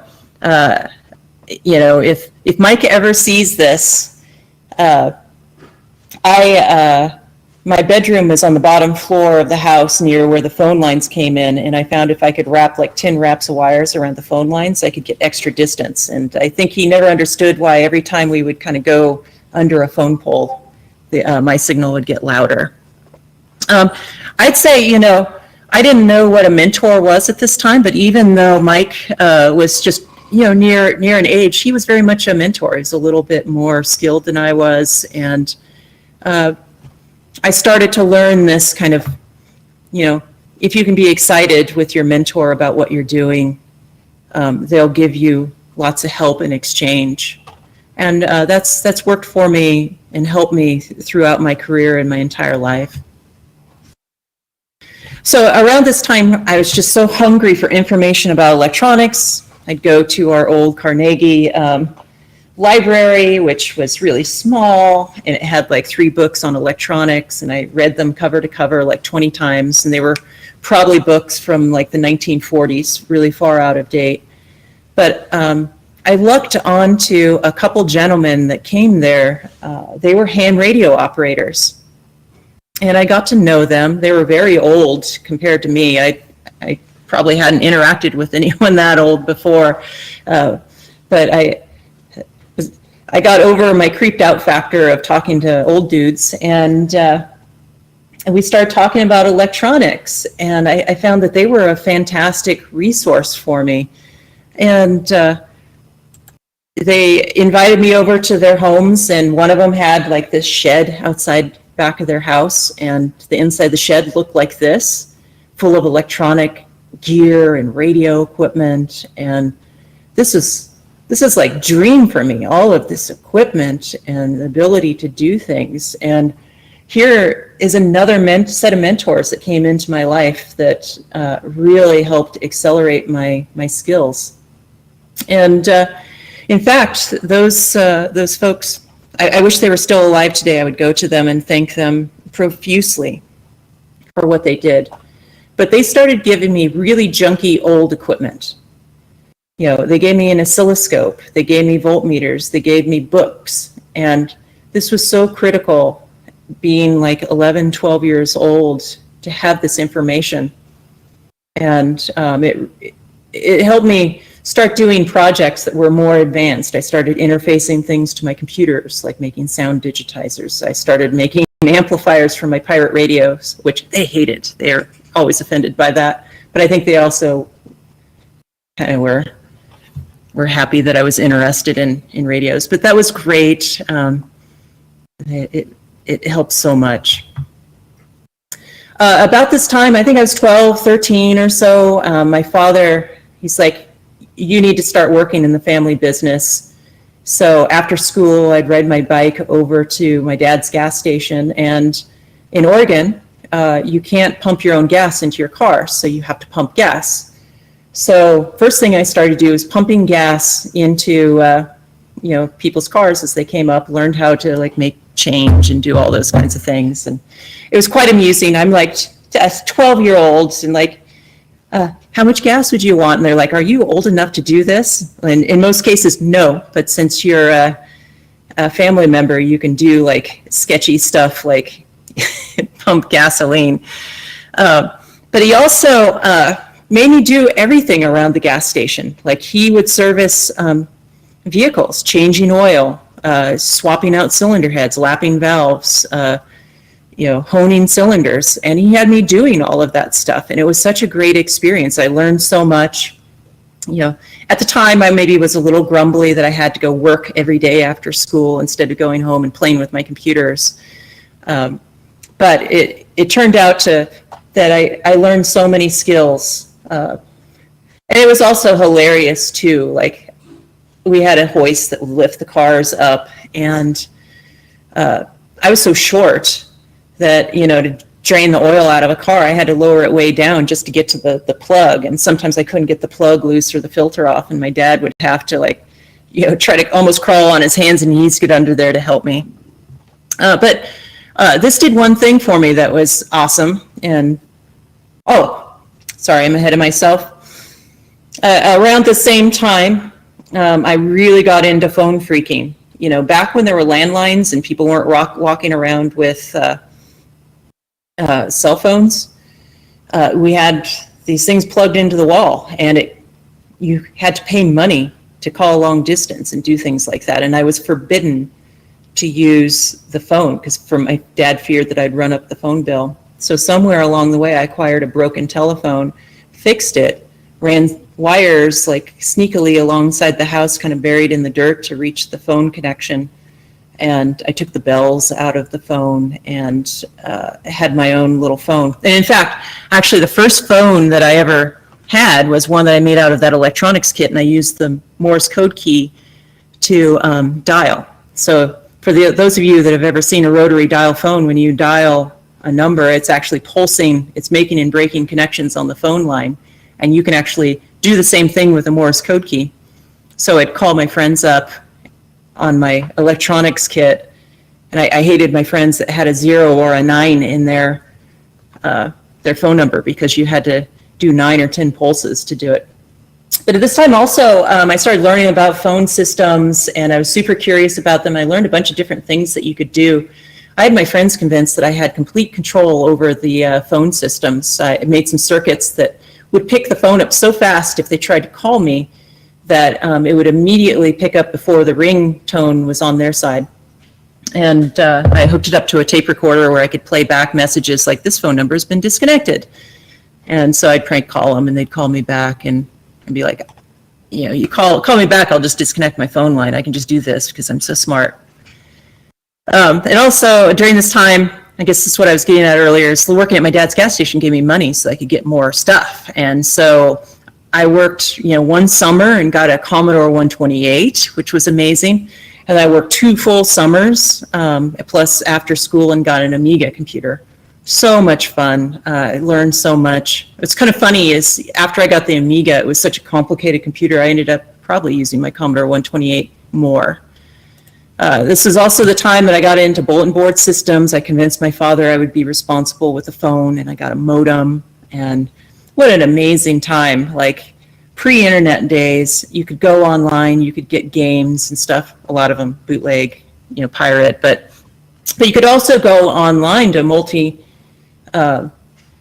phone line bulletin boards and play games with people through doors or have chat. And I did that for quite a few years. Now that I think back about it, like how sketchy that really was. I mean, there were times when I got my car that I would meet up with people of all ages for meetups. And, today you would never do that. But back then, I guess a simpler and more naive time. So, all right, I'm a weird kid, right? I am into science of all types. When I was a kid, I built model rockets and launched them all the time. And I ended up burning like 2 acres of grass because I launched a model rocket and it set a big fire. And the other kids around school couldn't relate to who I was. And so around junior high and high school, I started getting picked on a lot, like really bad. emotionally tortured and physically tortured. They would spit on me, they would write on my clothes, they'd shove me around, and they just abused me because I was an easy target. And I was a sensitive kid. I was, they could make me cry easily. And so this went on and on and on, and it into high school, and I think it was my sophomore year, I just had enough. One day there was this bully kid, he tripped me when I was walking in the front of the class. I was carrying this big thick, it was probably a math book or something, I can't remember now, but a thick one. And I just lost it. I just snapped internally, and I just started clobbering him like you would throw a discus. I just started smacking him across the head with this, and he flipped out of his chair, and I was just going ballistic on him. And our school, unfortunately, I wasn't smart enough to start beating this kid up, not in front of teachers, and we had this zero tolerance policy there. So, I just remember the teacher grabbed me by my arm and dragged me down the hall. My feet probably didn't touch the floor, 2 or 3 times as I went down to the principal's office, and got suspended for 4 or 5 days. I was pretty distraught about it. My father, he was pretty understanding. He knew I was being picked on. He often told me, he'd give me pep talks. He'd say things like, hey, you're tougher than them. You're mentally tougher than them. If they pick on you, it doesn't really matter. Just think of it this way. This is actually something that I remember today. And I think of this today when people give me a hard time, online. He's like, you're stronger, you're mentally stronger than them. So if they're picking on you, it doesn't matter. And if they're picking on you, they're leaving somebody else alone, right? But that wasn't the case, when you're 15 or 16 years old. Suspended, I come back, and then all of a sudden, there's this new respect for me, in particular with the bad kids. And, I'm intelligent, so I'm like, hey, if I hang out with the bad kids and they respect me, then the bully jocks and the mean kids will leave me alone. And so I started going down this really, really angsty teenager path. I was the bad kid, and my grades started slipping. I started failing grades, getting held back, getting in trouble. It was very common for me to get hauled home by the police late at night because I was out past curfew. I didn't feel good about myself, and I actually channeled that into some unhealthy behavior. I was always the one hey, let's climb this barbed wire fence and go into this restricted area. I don't care. And so that was much of my teen years, and I was always looking for an edge that made me kind of a little bit more edgy. I went through different phases, kind of a goth phase, things like that. I'm still working with my father at the gas station, and he's super concerned about me. He's giving me a hard time. He's he's trying to give me some of the tough love stuff that wasn't particularly helpful, saying things like, you keep this up, you're going to be face down dead in a ditch someday. And maybe he is right, but, lots of yelling and screaming, and a divide between me and my father growing at this point. And, but I was always looking for something really crazy and edgy. And I remember briefly my father had done some kind of hobby racing on a dirt track, and I thought that was really cool. And at this point I had a car, and some of my friends and I would go out to the local racetrack that was pretty close, and we'd watch this quarter-mile dirt track racing. And in the upper left-hand corner, that's what this looks like, these really fast cars sliding around really close to each other. That picture is not a picture of me out there. All the other pictures are of me. But so I came back after watching a couple of these, and I'm like, Dad, I want to race cars. Build me a race car. And he's like, no way. There's no way I'm doing that. It's too dangerous. He's trying to protect me. And I'm like, no, I got to do this. I'm just so into it. And I'm pestering him, build me a car. And finally, after months and months, he's like, I'm not going to build you a car, but if you can figure out a way to buy one or build one yourself, that's the only way you're going to do this. I'm like, all right, I really want to do this. And so I started to come up with a scheme to do this. I'm like, well, I'm not going to be able to afford to buy one. These things are thousands and thousands of dollars. So I'm like, I'm going to build it. So I started going to all the machine shops in town and talking to the machinists and telling them what I wanted to do. And I found this one machinist, Mr. Harder, another mentor entering my life. And he's like, I'll teach you everything you need to know, but you have to help me out and you have to work for me. I want you to come in on Saturdays and work for me, and I'll teach you some stuff that you need to know. And so that's what I did. I'd get up super early, which I didn't like doing, and I'd go into his machine shop, and he would make me do all of the dirty work. I'd have to climb around under the lathe and clean the chips out and oil the gibs and the ways and haul metal around. I was just kind of slave labor for him. In exchange, he would take me to the side towards the end of the day, and he'd grab a scrap piece of metal and teach me how to weld, or he'd show me how to chuck something up in the lathe and bore holes or turn metal, and it was amazing. He was a funny character, and I've run into folks like this before, and they pretend to be grumpy when you do something wrong, but actually inside they're kind of happy about it. And once I figured that out, I started feeling less bad about when I did things wrong. For instance, tapping holes in metal is difficult, and tapping holes in a lathe while it's spinning is even more difficult. So, he would let me make mistakes, drill a hole the wrong size. He knew, and I could kind of see it on his face as I was getting ready to tap a hole, and I'd run the tap in, it would snap the tap off, and he'd just throw his hands up and just kind of make some kind of oh, you just cost me money. But and I'd catch him kind of smiling, yep, you brat, these are the lessons you need to learn. And I'm really, really grateful for him. And out of that relationship, I was able to start building this chassis and welding it together. And partway through building this first chassis, my father came around. He's like, all right, I'll help you finish this thing. And I want you to be safe. And that was amazing.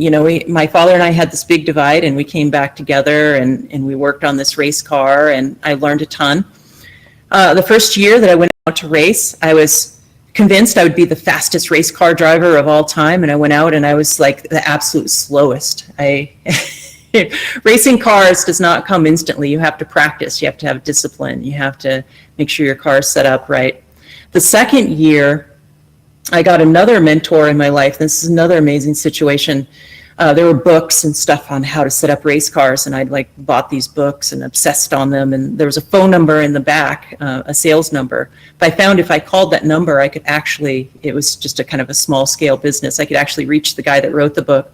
And I was constantly asking him questions like, how do you do this? How do you get better? Da, da, da, da, da.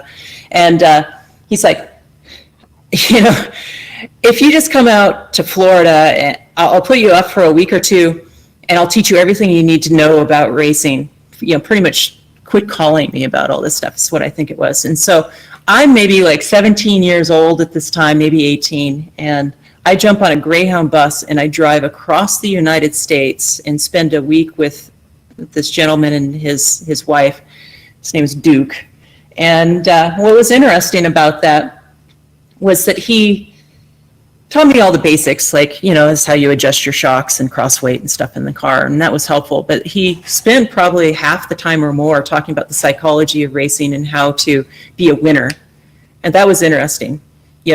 Sometimes being a winner is not about having the best car or being a great driver. It's about winning the hearts over of your fans or winning the hearts over of the flagger at the track, and anything you can do to do that is helpful.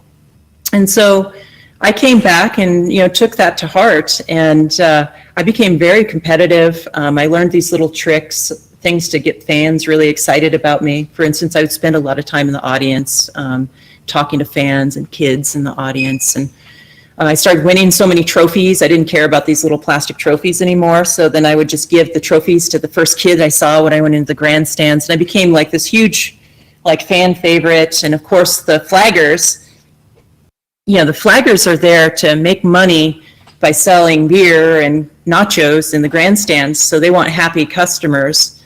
And so you get a little extra favoritism if you are a favorite around the track. So it was super, super awesome. It was a great time of my life. I started making so much money doing that, I dropped out of high school. My father was a little concerned about that, but he now had these ambitions. He thought he was trying to connect me with these pro racing teams out in North Carolina and stuff. He thought I was going to be this race car driver, a pro. So I did that for 4 or 5 years, and it's not easy, being a lady around the track. It's rough. It's a boys' club, or it was in particular back then. So it was frustrating for me. I didn't like the dynamics of it. So one day I was visiting one of my high school friends, and I was sitting in his man cave that he had built in his garage. And in his garage, he had a 486 computer. So this is probably around 1995. And he's like, this computer would be $1,500, but I tricked a wholesaler into selling me the parts for wholesale prices, and it only cost me $700 to build it. And at this point, I had been building race cars and selling race cars and winning, money. I had completely turned into an entrepreneur at this point. Plus, seeing my father be an entrepreneur helped too. I'm like, oh, that's some great margin, and boy, that'd be a lot better than racing cars every single weekend. I'm like, how about I just sell off all my racing stuff and let's open a computer store? This is 1995. Windows 95 isn't out yet, but AOL is a thing, and I could see that, it was going to be big. So we started a computer store. Things took off pretty well. Now, remember, I was this super edgy, gothy kid. Every other word was a swear word out of my mouth. I had a chip on my shoulder, a bad attitude, and of course, first thing we get the company off the ground, me and my business partner, we just are at each other's throats constantly. And he ends up booting me out of the business, and I lost everything. I was so young and naive, I didn't know what to do. It was just he hired a lawyer, I was out. So I'm in my apartment, I'm crying in my beer, and I'm like, I don't know what to do. I call my father, what should I do? And he's like, well, it was a good run. You should go back to school and get a degree, get your high school diploma, get back on track in your life. I'm like, oh, okay. And so I sat there and thought about it, and then I got mad. I'm like, this guy can't do this to me. And this is going to be a reoccurring theme with me. I'm going to put him out of business. And so I sold everything I had. I scraped every penny together. I broke the lease on my apartment. I got my deposit back. I found a little one-chair barber shop just down the road from his store, rented this thing dirt cheap, threw the barber chair out the back, which it disappeared at some point, overnight.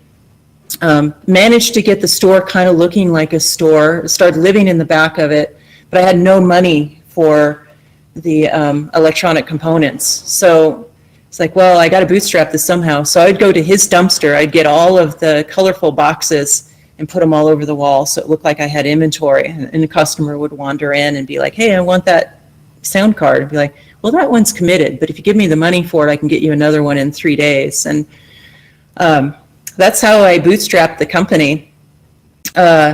It was really robbing Peter to pay Paul constantly. And plus, I really hadn't learned how to relate to customers at this point. I was still this really edgy, kid. Had some really embarrassing moments. I didn't have enough money to pay for garbage service. So I was taking my garbage and throwing in all the garbage cans around the neighborhood. And I got caught, and the police came by and embarrassed me in front of one of my customers. And, I probably spent the first 6 months just starving to death in the back of the computer store, not really getting off the ground. But fortunately for me, across the street, another mentor entered my life. He was an insurance salesman. He was interested in computers. He came by at lunch oftentimes, and he would bring me food because he knew that I was just barely getting by. And he would say the nicest things to me.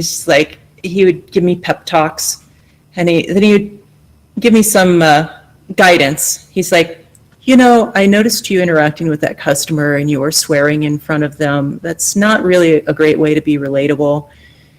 And I saw you, like, you know, the way you dress, you know, having super dark eyeliner and like gothy, that's not really relatable, and torn up jeans and stuff like that. You know, you should kind of look the part. You got to look the part. And, you know, I admired him. He was successful. And I started to adapt those things and introduce those into my life. And it was interesting. Like, this was a weird moment in my life where I had my friends that were still kind of living that lifestyle, and I'm starting to diverge from them. And, you know, I've heard it as like the crab pot syndrome, where crabs will pull you back in. And it felt like a lot like that. Like, as I tried to step forward, it kind of felt like I was always being pulled back into their gravity. And that was rough and difficult, and I had to grow and get around that. What's interesting is this whole time, even when I was racing cars and had that success, I really didn't like myself as a person, right? And but as I started to like get away from, you know, pretending to be this angsty person, I started to like feel better about myself and have more confidence. Then I started realizing, like, when I stopped being like a punk kid, you know, the world out there, you know, isn't going to treat you bad. They actually start treating you pretty nicely. And that was a really great transition.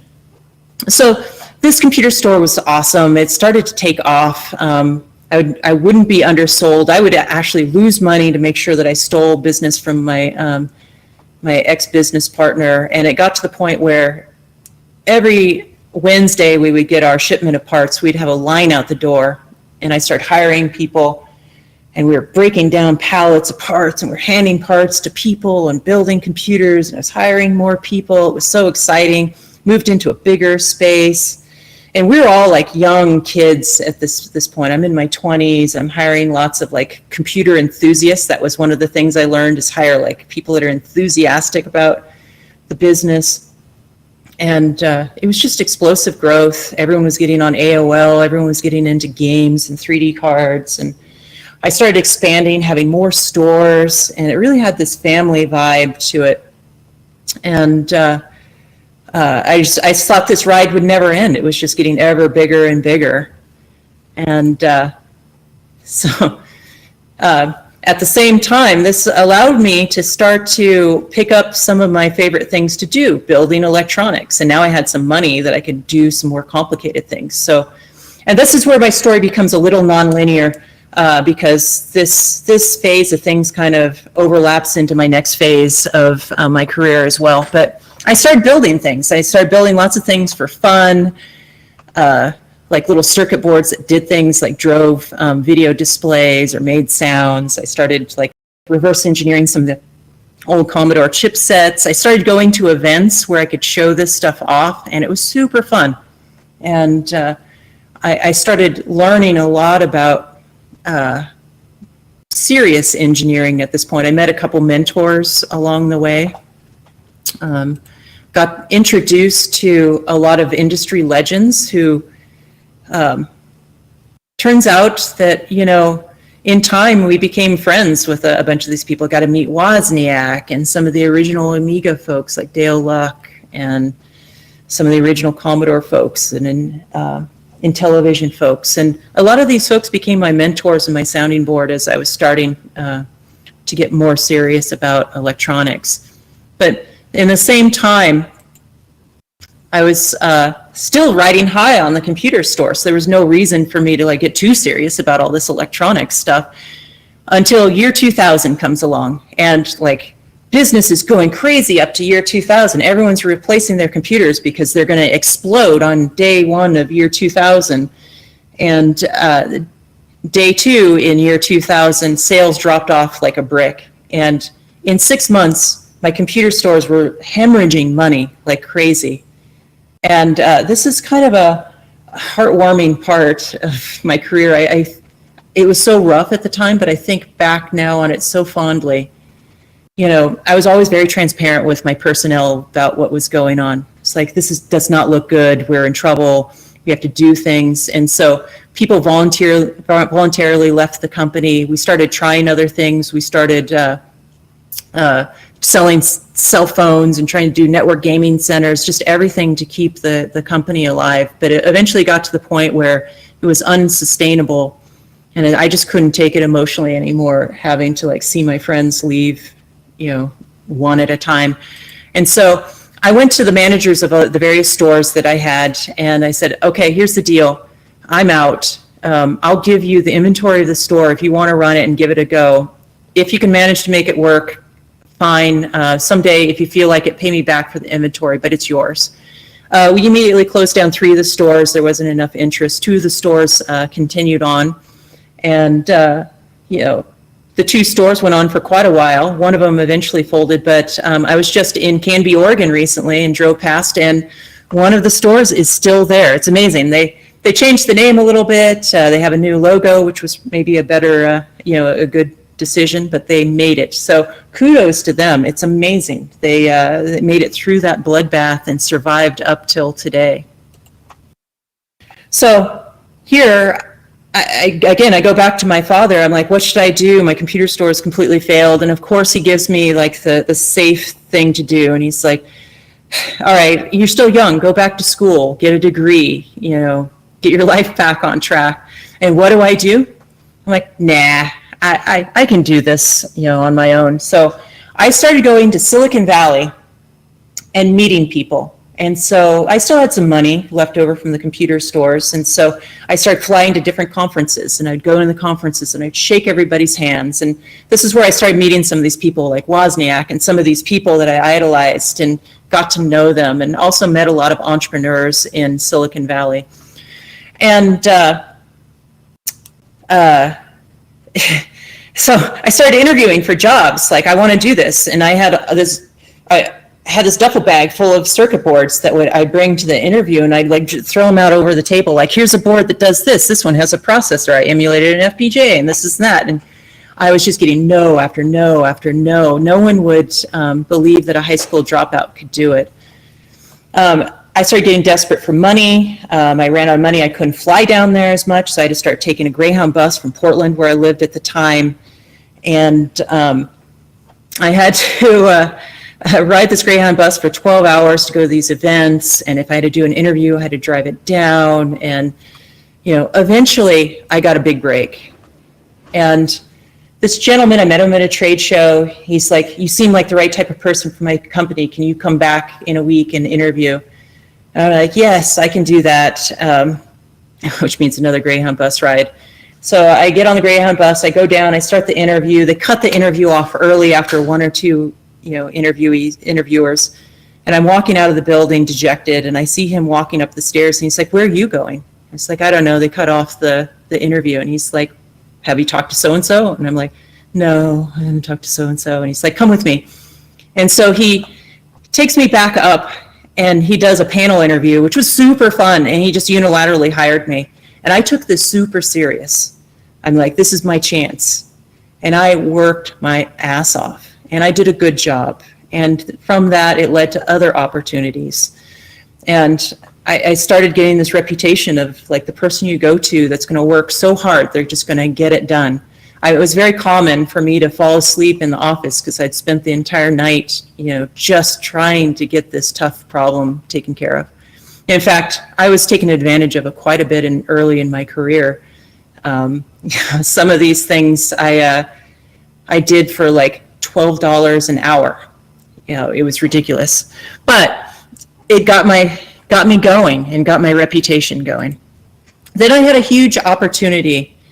A toy company contacted me. They're like, we saw some of the stuff that you're doing. We've been trying to reverse engineer the Commodore 64 and put it all in a joystick so you can have all of your favorite Commodore 64 games in a little joystick you can plug into your TV. Can you do an ASIC for us, a chip, a microchip?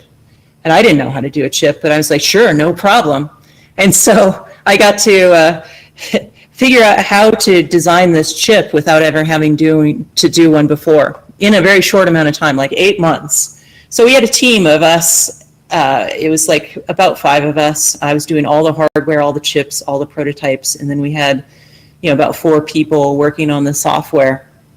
We were all Commodore fanatics. We loved it. Somehow more mentors entered my life. I found some chip design mentors. They helped me through the process. We got the chip done. We were late. We had to get it done for Christmas. So the toy company put all this faith in me, and they ran hundreds of thousands of chips without testing them through the foundry, millions of dollars, and then they sent them to China for assembly. I get this angry phone call after the chips get there, angry New Yorker screaming at me like, these things don't work, you need to fix it, you cost us millions of dollars. I was like, oh crap, what do I do? And I was like, do I run to Mexico and hide? But they threw me on a plane. I went to China. I got there, I found out that they had redesigned my circuit board and threw away a bunch of the components, and it actually worked after all. When I was at the factory, we hadn't told the toy company that we had been adding extra stuff to this toy. We had gone outside the scope of the toy, and we had actually added extra games to the system. And I also added documentation how you could open it up and download your own games to it and hack it. And the toy guys lost it on that. They were mad. They're like, you're never going to work with us again. You can't tell anyone about it. So I came back to the United States, and I talked to my friend who was like really savvy about doing blogs and things like that. And he said, well, you've lost your chances in the toy industry. Do you want to just tell the world about it anyway? I'll make a fake blog that makes it look like a factory worker figured this out, and have all this back history to make it look legit, and you can get it out to the world. Yeah, why not? I'm done for. And so he made this fake blog. He managed to get it on the front page of Slashdot, which was popular at the time. And this particular toy was being sold through QVC, sold to grandmas and grandpas, and it wasn't being promoted as like a retro throwback thing. It was more of a get it for your grandkids type thing. And it was on this home shopping network called QVC. And when it launched, they sold out in a week. And QVC was calling up the toy company like, what's going on? Why are these things going around the world? Like 50% of them are going to non-United States addresses. And that was my first experience with viral marketing. Oh, geez, I'm running out of time. Can I go over? I better move. Anyway, this toy became super popular, put me on the map, and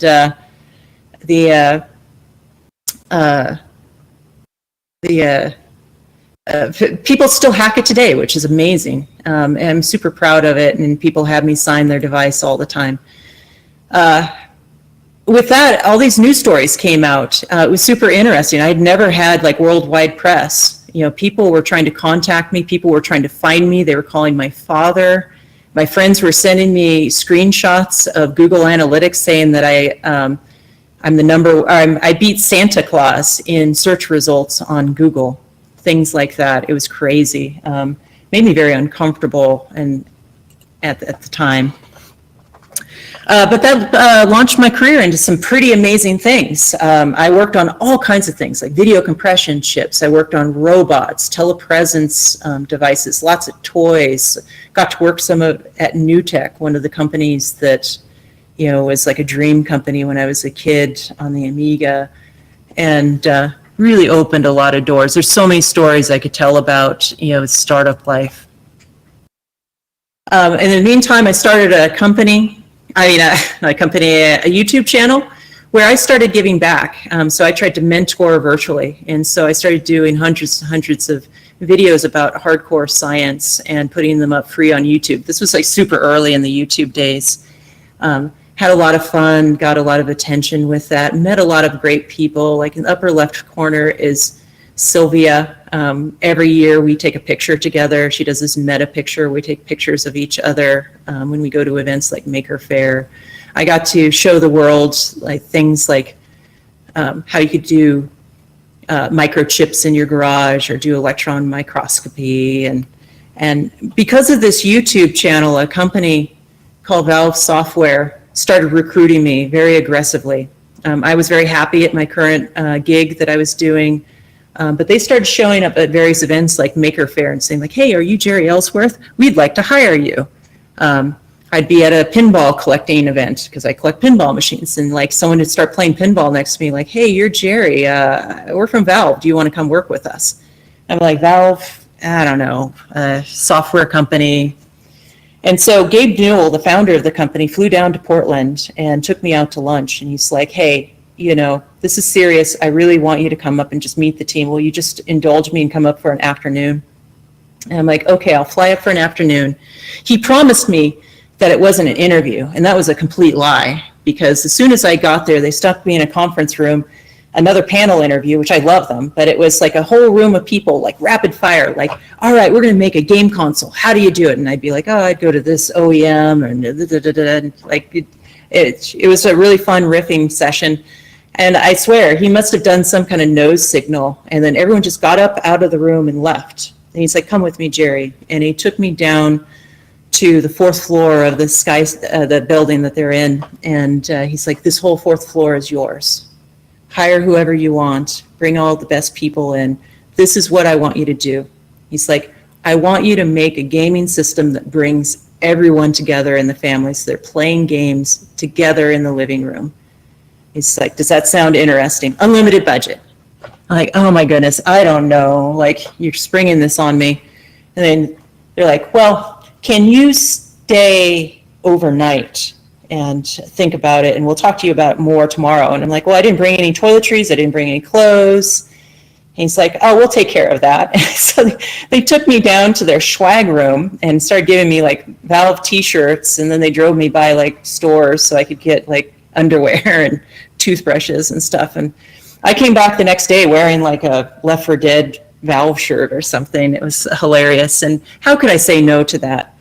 And so that was amazing. I put together this dream team. We started researching everything about games. We hooked people up to electrodes, and we read their emotions. We fed it into games and to see if we could make games more fun. We read people's facial expressions with cameras and fed that into games. And we made alternate controllers. We seeded all of the virtual reality stuff out there. Like Oculus guys were coming through, learning from us how to build virtual reality systems. But that's where I got the augmented reality bug. I invented an optical technique there, trying to make an AR system that turned the optics inside out. So you could use a game board to do augmented reality. So you could open up this game board on your table and play a game.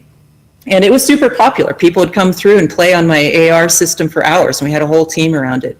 But Valve decided that they didn't want to go down this path. Their internal DNA was just too strong for hardcore games. And so they proceeded with doing a VR system called HTC Vive, based on a bunch of stuff that we all worked on. So I found myself outside of Valve with a bunch of the AR folks, and we started a company called Cast AR. And I actually bought the technology from Gabe Newell. It was kind of funny. The day that I went to talk to him after being let go, I'm like, at first I was going to go chew him out for it, but that didn't last. I got emotional about 30 seconds into it. I can't believe you're killing my project. It's so good. It does exactly what you say. You can play AR on the table and it brings people together. And the best thing I ever said during that meeting was like, you should just sell it to me. And he said, sure. And it took a lot of lawyers and stuff, but we ended up buying the technology for $100 and starting this company. And so Rick and I and some of the other folks, we spent like 6 months bootstrapping this company, and we got prototypes going. They were kind of rough at first, and they got better and better. And we got the company off the ground, and things were looking really good. I started making a bunch of mistakes at this point. I was scared. I didn't know how to run a venture-backed company. I'd never done it before. I'd never been a CEO before. So I started outsourcing those tasks, all the management of the company, which was a huge mistake. The visionary of the company should never hand the keys over to somebody else, and I learned the hard way. And then we raised a bunch of money. Virtual reality was hot. Augmented reality was hot. Andy Rubin from Google came in and just gave us $15 million and overfunded the company. And that's when things started really going sideways with it. We lost focus on tabletop gaming. We started being pushed in all these different directions, like medical imaging and military and just all these crazy things instead of staying focused. And then came the constant stream of celebrity executives and executives out of big companies that just got installed into my company. I found myself for the last like year and a half of the company just kind of sitting in the corner. They didn't want anything to do with my input, and they were just running the company. And sure enough, the company creates a huge crater in the ground. They burn through all the money, you know, doing all kinds of crazy things like paying expensive wages to the executives and bringing in firms to, like, you know, change the color of the glasses and kind of unnecessary stuff instead of just shipping the first product. And it was really sad. I was devastated. And I'm sitting in the office by myself after laying off about 70 people. And I'm sitting in the office, and out of the blue, I get a phone call from Nolan Bushnell, the founder of Atari. I maybe met him once. I didn't even know he knew who I was. And somehow he had found my phone number, and he's like, Jeri, I'm a big fan. I've been watching you for years. I love what you're doing. This is going to be a game changer. You know, it's sad. And I could see with all these executives coming in and you losing control that this was not going to end well. He's like, I don't know exactly how to tell you to fix this, but I just want to tell you, if you want this to happen, there's a way. Just go figure it out. And so I went to all my mentors and everyone. I started asking them, like, can I make this work somehow? It's such a great product. And I started working closely with my mentors, and they told me, like, you know, you can actually buy all this technology back after the end of the company. It'll just go up for auction. And so a group of us got together, and that's what we did. We bought the technology, and we started bootstrapping the company again, but this time with extreme focus. And we spent months and months. We didn't even, you know, start hiring people or try to raise money. We just wanted to make sure we had charted a very clear course of how we were going to be successful. And in the meantime, to bootstrap the company, I got a call and an opportunity that was a lifelong dream. I mean, I'm a child of the 80s, the space shuttle, Halley's Comet. Like, I love space. And so a friend of mine called me up, and he's like, hey, I'm a CEO of this stealthy space company. I want you to come up and design computers for us. And I'm like, no, I can't do that. I'm bootstrapping my company. And he's like, you're the only person I know that can come through and, like, get this problem solved for us. He's like, please come up and just visit me. And so I'm living in Silicon Valley at the time, and he's up in Alameda, which is a little north of the center of Silicon Valley. Go onto this naval base. I walk in the door, and I see this rocket laying horizontally in this facility. I'm like, holy cow, that thing's so cool.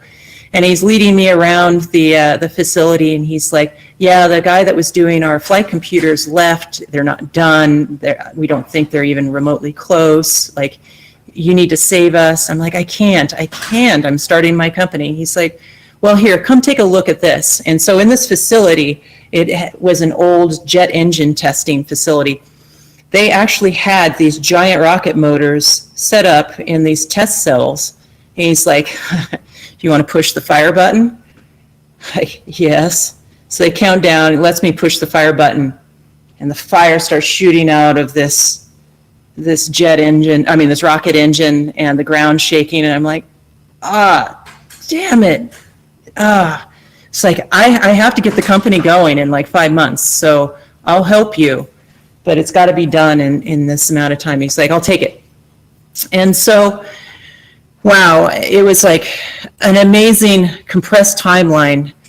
But I worked with a really tiny team, mostly software folks. We built the flight computers and the telemetry system. I did all the hardware on it, on the computers, all the radios, and we got it going. And I took it up to Alaska and launched it. And then I was like I'm done here. But this is what it did the first 2 times that they launched it. Happy to say it was never a software or electrical problem, but eventually they did get it. Oh wait, I put this picture in. You got to see this. This is what happens to a flight computer when it's ejected from a rocket that it has an unscheduled disassembly. This was picked up like a mile away from the rocket, and literally all the chips had fallen off of the board, and the board is massively warped. It's incredible. But they did it. Rocket 3 has a little of my DNA in it, and they made it to space. So, wow, dream come true. I don't think I would ever do that again. It's so hard to work with the FAA and the launch facilities. But this gave me enough time and enough time for our team to work. And we got Tilt 5 off the ground. A lot of people ask us what the name Tilt 5 stands for, and we can never tell you. This partly is an inside joke because at my previous company, Cast AR, the executives wanted to rename the company about 5 times, and they paid a lot of money to rename it. And so we just chose a name that makes us laugh, and we don't care what people think. I'm the CEO this time. I'm driving the vision of the company. Our goal is to bring people together in the living room, sound familiar, playing games, grandma, grandpa, down to the grandkids. Our system is the AR glasses that you slip on. They have a massive field of view. So when you flip open the game board, this magical world just springs out in front of you. It allows multiple players to play together. You can play board games and you can play traditional video games. So if you've been hungry to play video games together, you don't have to play multiplayer games apart anymore. You can play it together on our system, and you can look across the table at your friends as you're playing the game. It's magical. This time we're super focused. Games, games, games. And the other thing I learned from my previous startup was we were way too focused on the technology. We were so excited about the plastic and the sensors and the images and things like that, and we forgot that we have to go get a lot of games on the system. And so, most of our work is actually going out and working with third-party developers to have dozens and dozens of games and just a constant flow of games of all types. And so it's so delightful for me, like 3 years after such a traumatic event, that we're now building these glasses and they're going out to real users and developers, and we get to play test all these games. And there's just this constant stream of RTSs and board games and action games and puzzle games, single player, multiplayer. It's like a dream come true. This is the thing I dreamed about, since the early 80s when I saw Star Wars and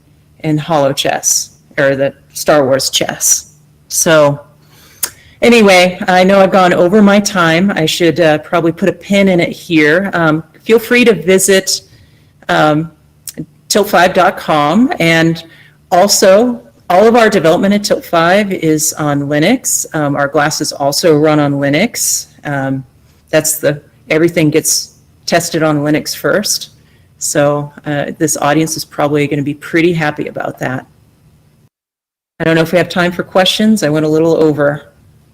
Thank you very much, Jeri. You did indeed go a bit over time, but the audience here was very vocal that you should go over, so we couldn't stop it even if we wanted to. And also, judging by your whole story, would really a clock stop you? No, that's my whole story, right? It's like people tell me I can't do something, like I can't race cars. I mean, the number of people told me when I was like 16 years old, you can't race cars. That just emboldens me to do it. Or even with Cast AR, when it failed, like I got so much negative press, like she's a loser, she failed, she couldn't do it. It was just like, and then I just had this catalyst of like this industry legend saying you can do it. And that's like, yeah, I can do this. And that kind of energy and having those mentors around you to support you, is how you get through the low points. Yeah. In fact, one of the question was not a question, was like saying, not a question, just really shared that I really, really loved your talk. Thank you. And that's more or less the general mood from the... Thank you. But we have some questions, so maybe we can go at least with 1 or 2. Let's see. Oh, that'd be awesome. I appreciate it. Marco is asking, today electronics are more hostile to tinkering. On the other hand, online resources to learn are awesome. Do you think today environment is more or less stimulating for young people to tinker? I would have died to have the World Wide Web and all these resources. I can't even imagine how much further I could have gone in my career if I would have had those resources. I am so envious about, a kid that's 12 years old today that can get online and start learning about whatever science and technology or art that they want to. Back in my day, like to get a data sheet for a chip, I would have to get on the phone and pretend that I was a secretary for an engineer because that's all I could pass off as. And then I would try to convince them we were a real company and have them try to get them to ship me a data sheet or a sample part to this like podunk little town out in the middle of nowhere. And sometimes it worked and most of the time it didn't. Now you can just all these resources, it's great. Yeah, it's totally different. There is another question which I think you kind of answered, but just to be sure, will we be able to get the Tilt5 glasses and wands working with Linux? Will we have an API to develop with it? All right, my co-founder always wants me to qualify this. So there's so many variants of Linux, so it has to kind of fit with what we're the current version of Linux we're using in the office. So most of the folks are using Ubuntu 20. I've used it on the latest drop of KDE, so that's good news. So I suspect, those two are so close. But I'm so impressed with the UI. I'm what they call an appliance user, right? I'm not a hardcore Linux user. Although I have a lot of stories about, I actually did the configurations for this rocket and Linux on that. And I have like I could do an hour about interesting Linux and rocketry stuff, but that's for another time. I do appreciate, since like half my tools are on Windows, I just have to use them on Windows, that the KDE environment feels so familiar to me. I like it better than just the default Ubuntu installs. And that kind of answer also the other question, which was, how are you finding the KDE Plasma desktop and what distro are you running? So well, I guess it was the latest and greatest. Let's see let's see. It is Plasma 5.21.4. Okay. Almost. I think that's the latest and greatest.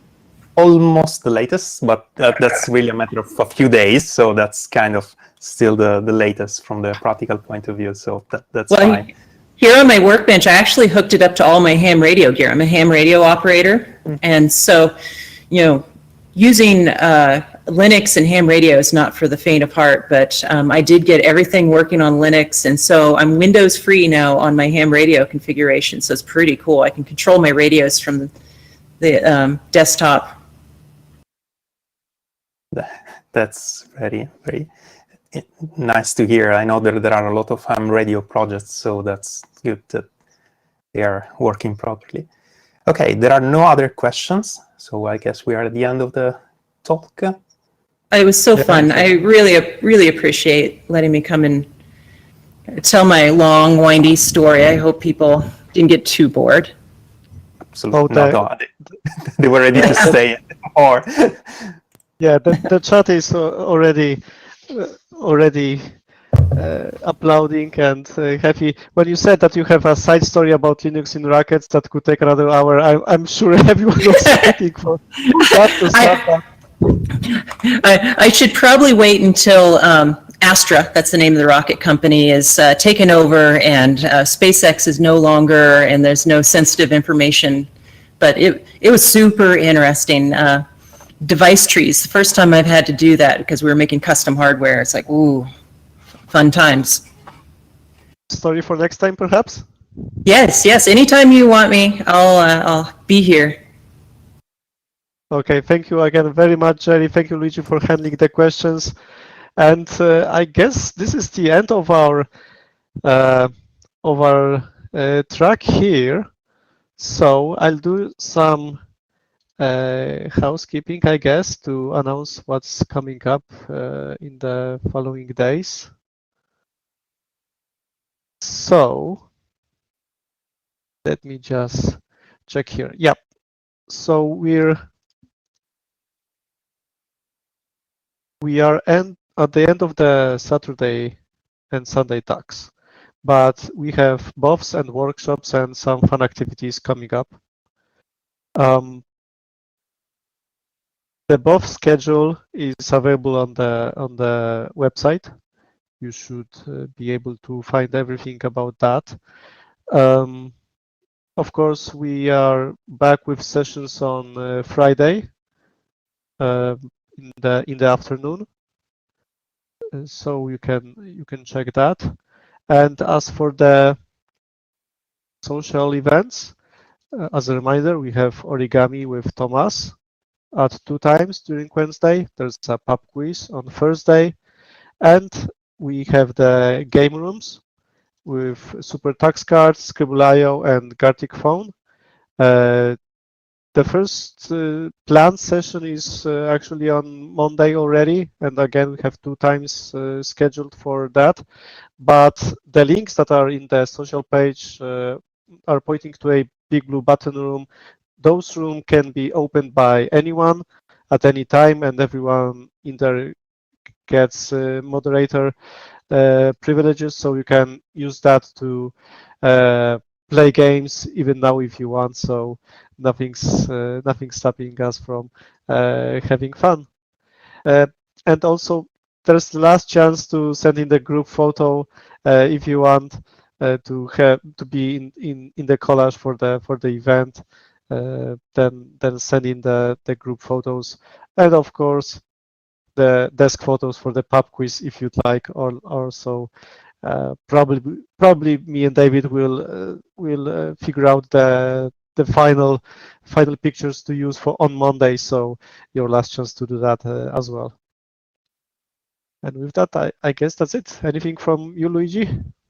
No, so just thanks for following us in those first 2 days of Academy. I hope you enjoyed them, and you will continue to follow the next days, either the BOFs, the Qt Contributor Summit, the social activities, and the final talks next Friday when we will close this Academy.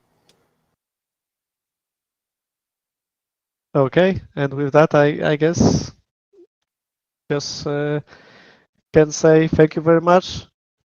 See you in the BOFs and later on Friday. Bye. Bye-bye.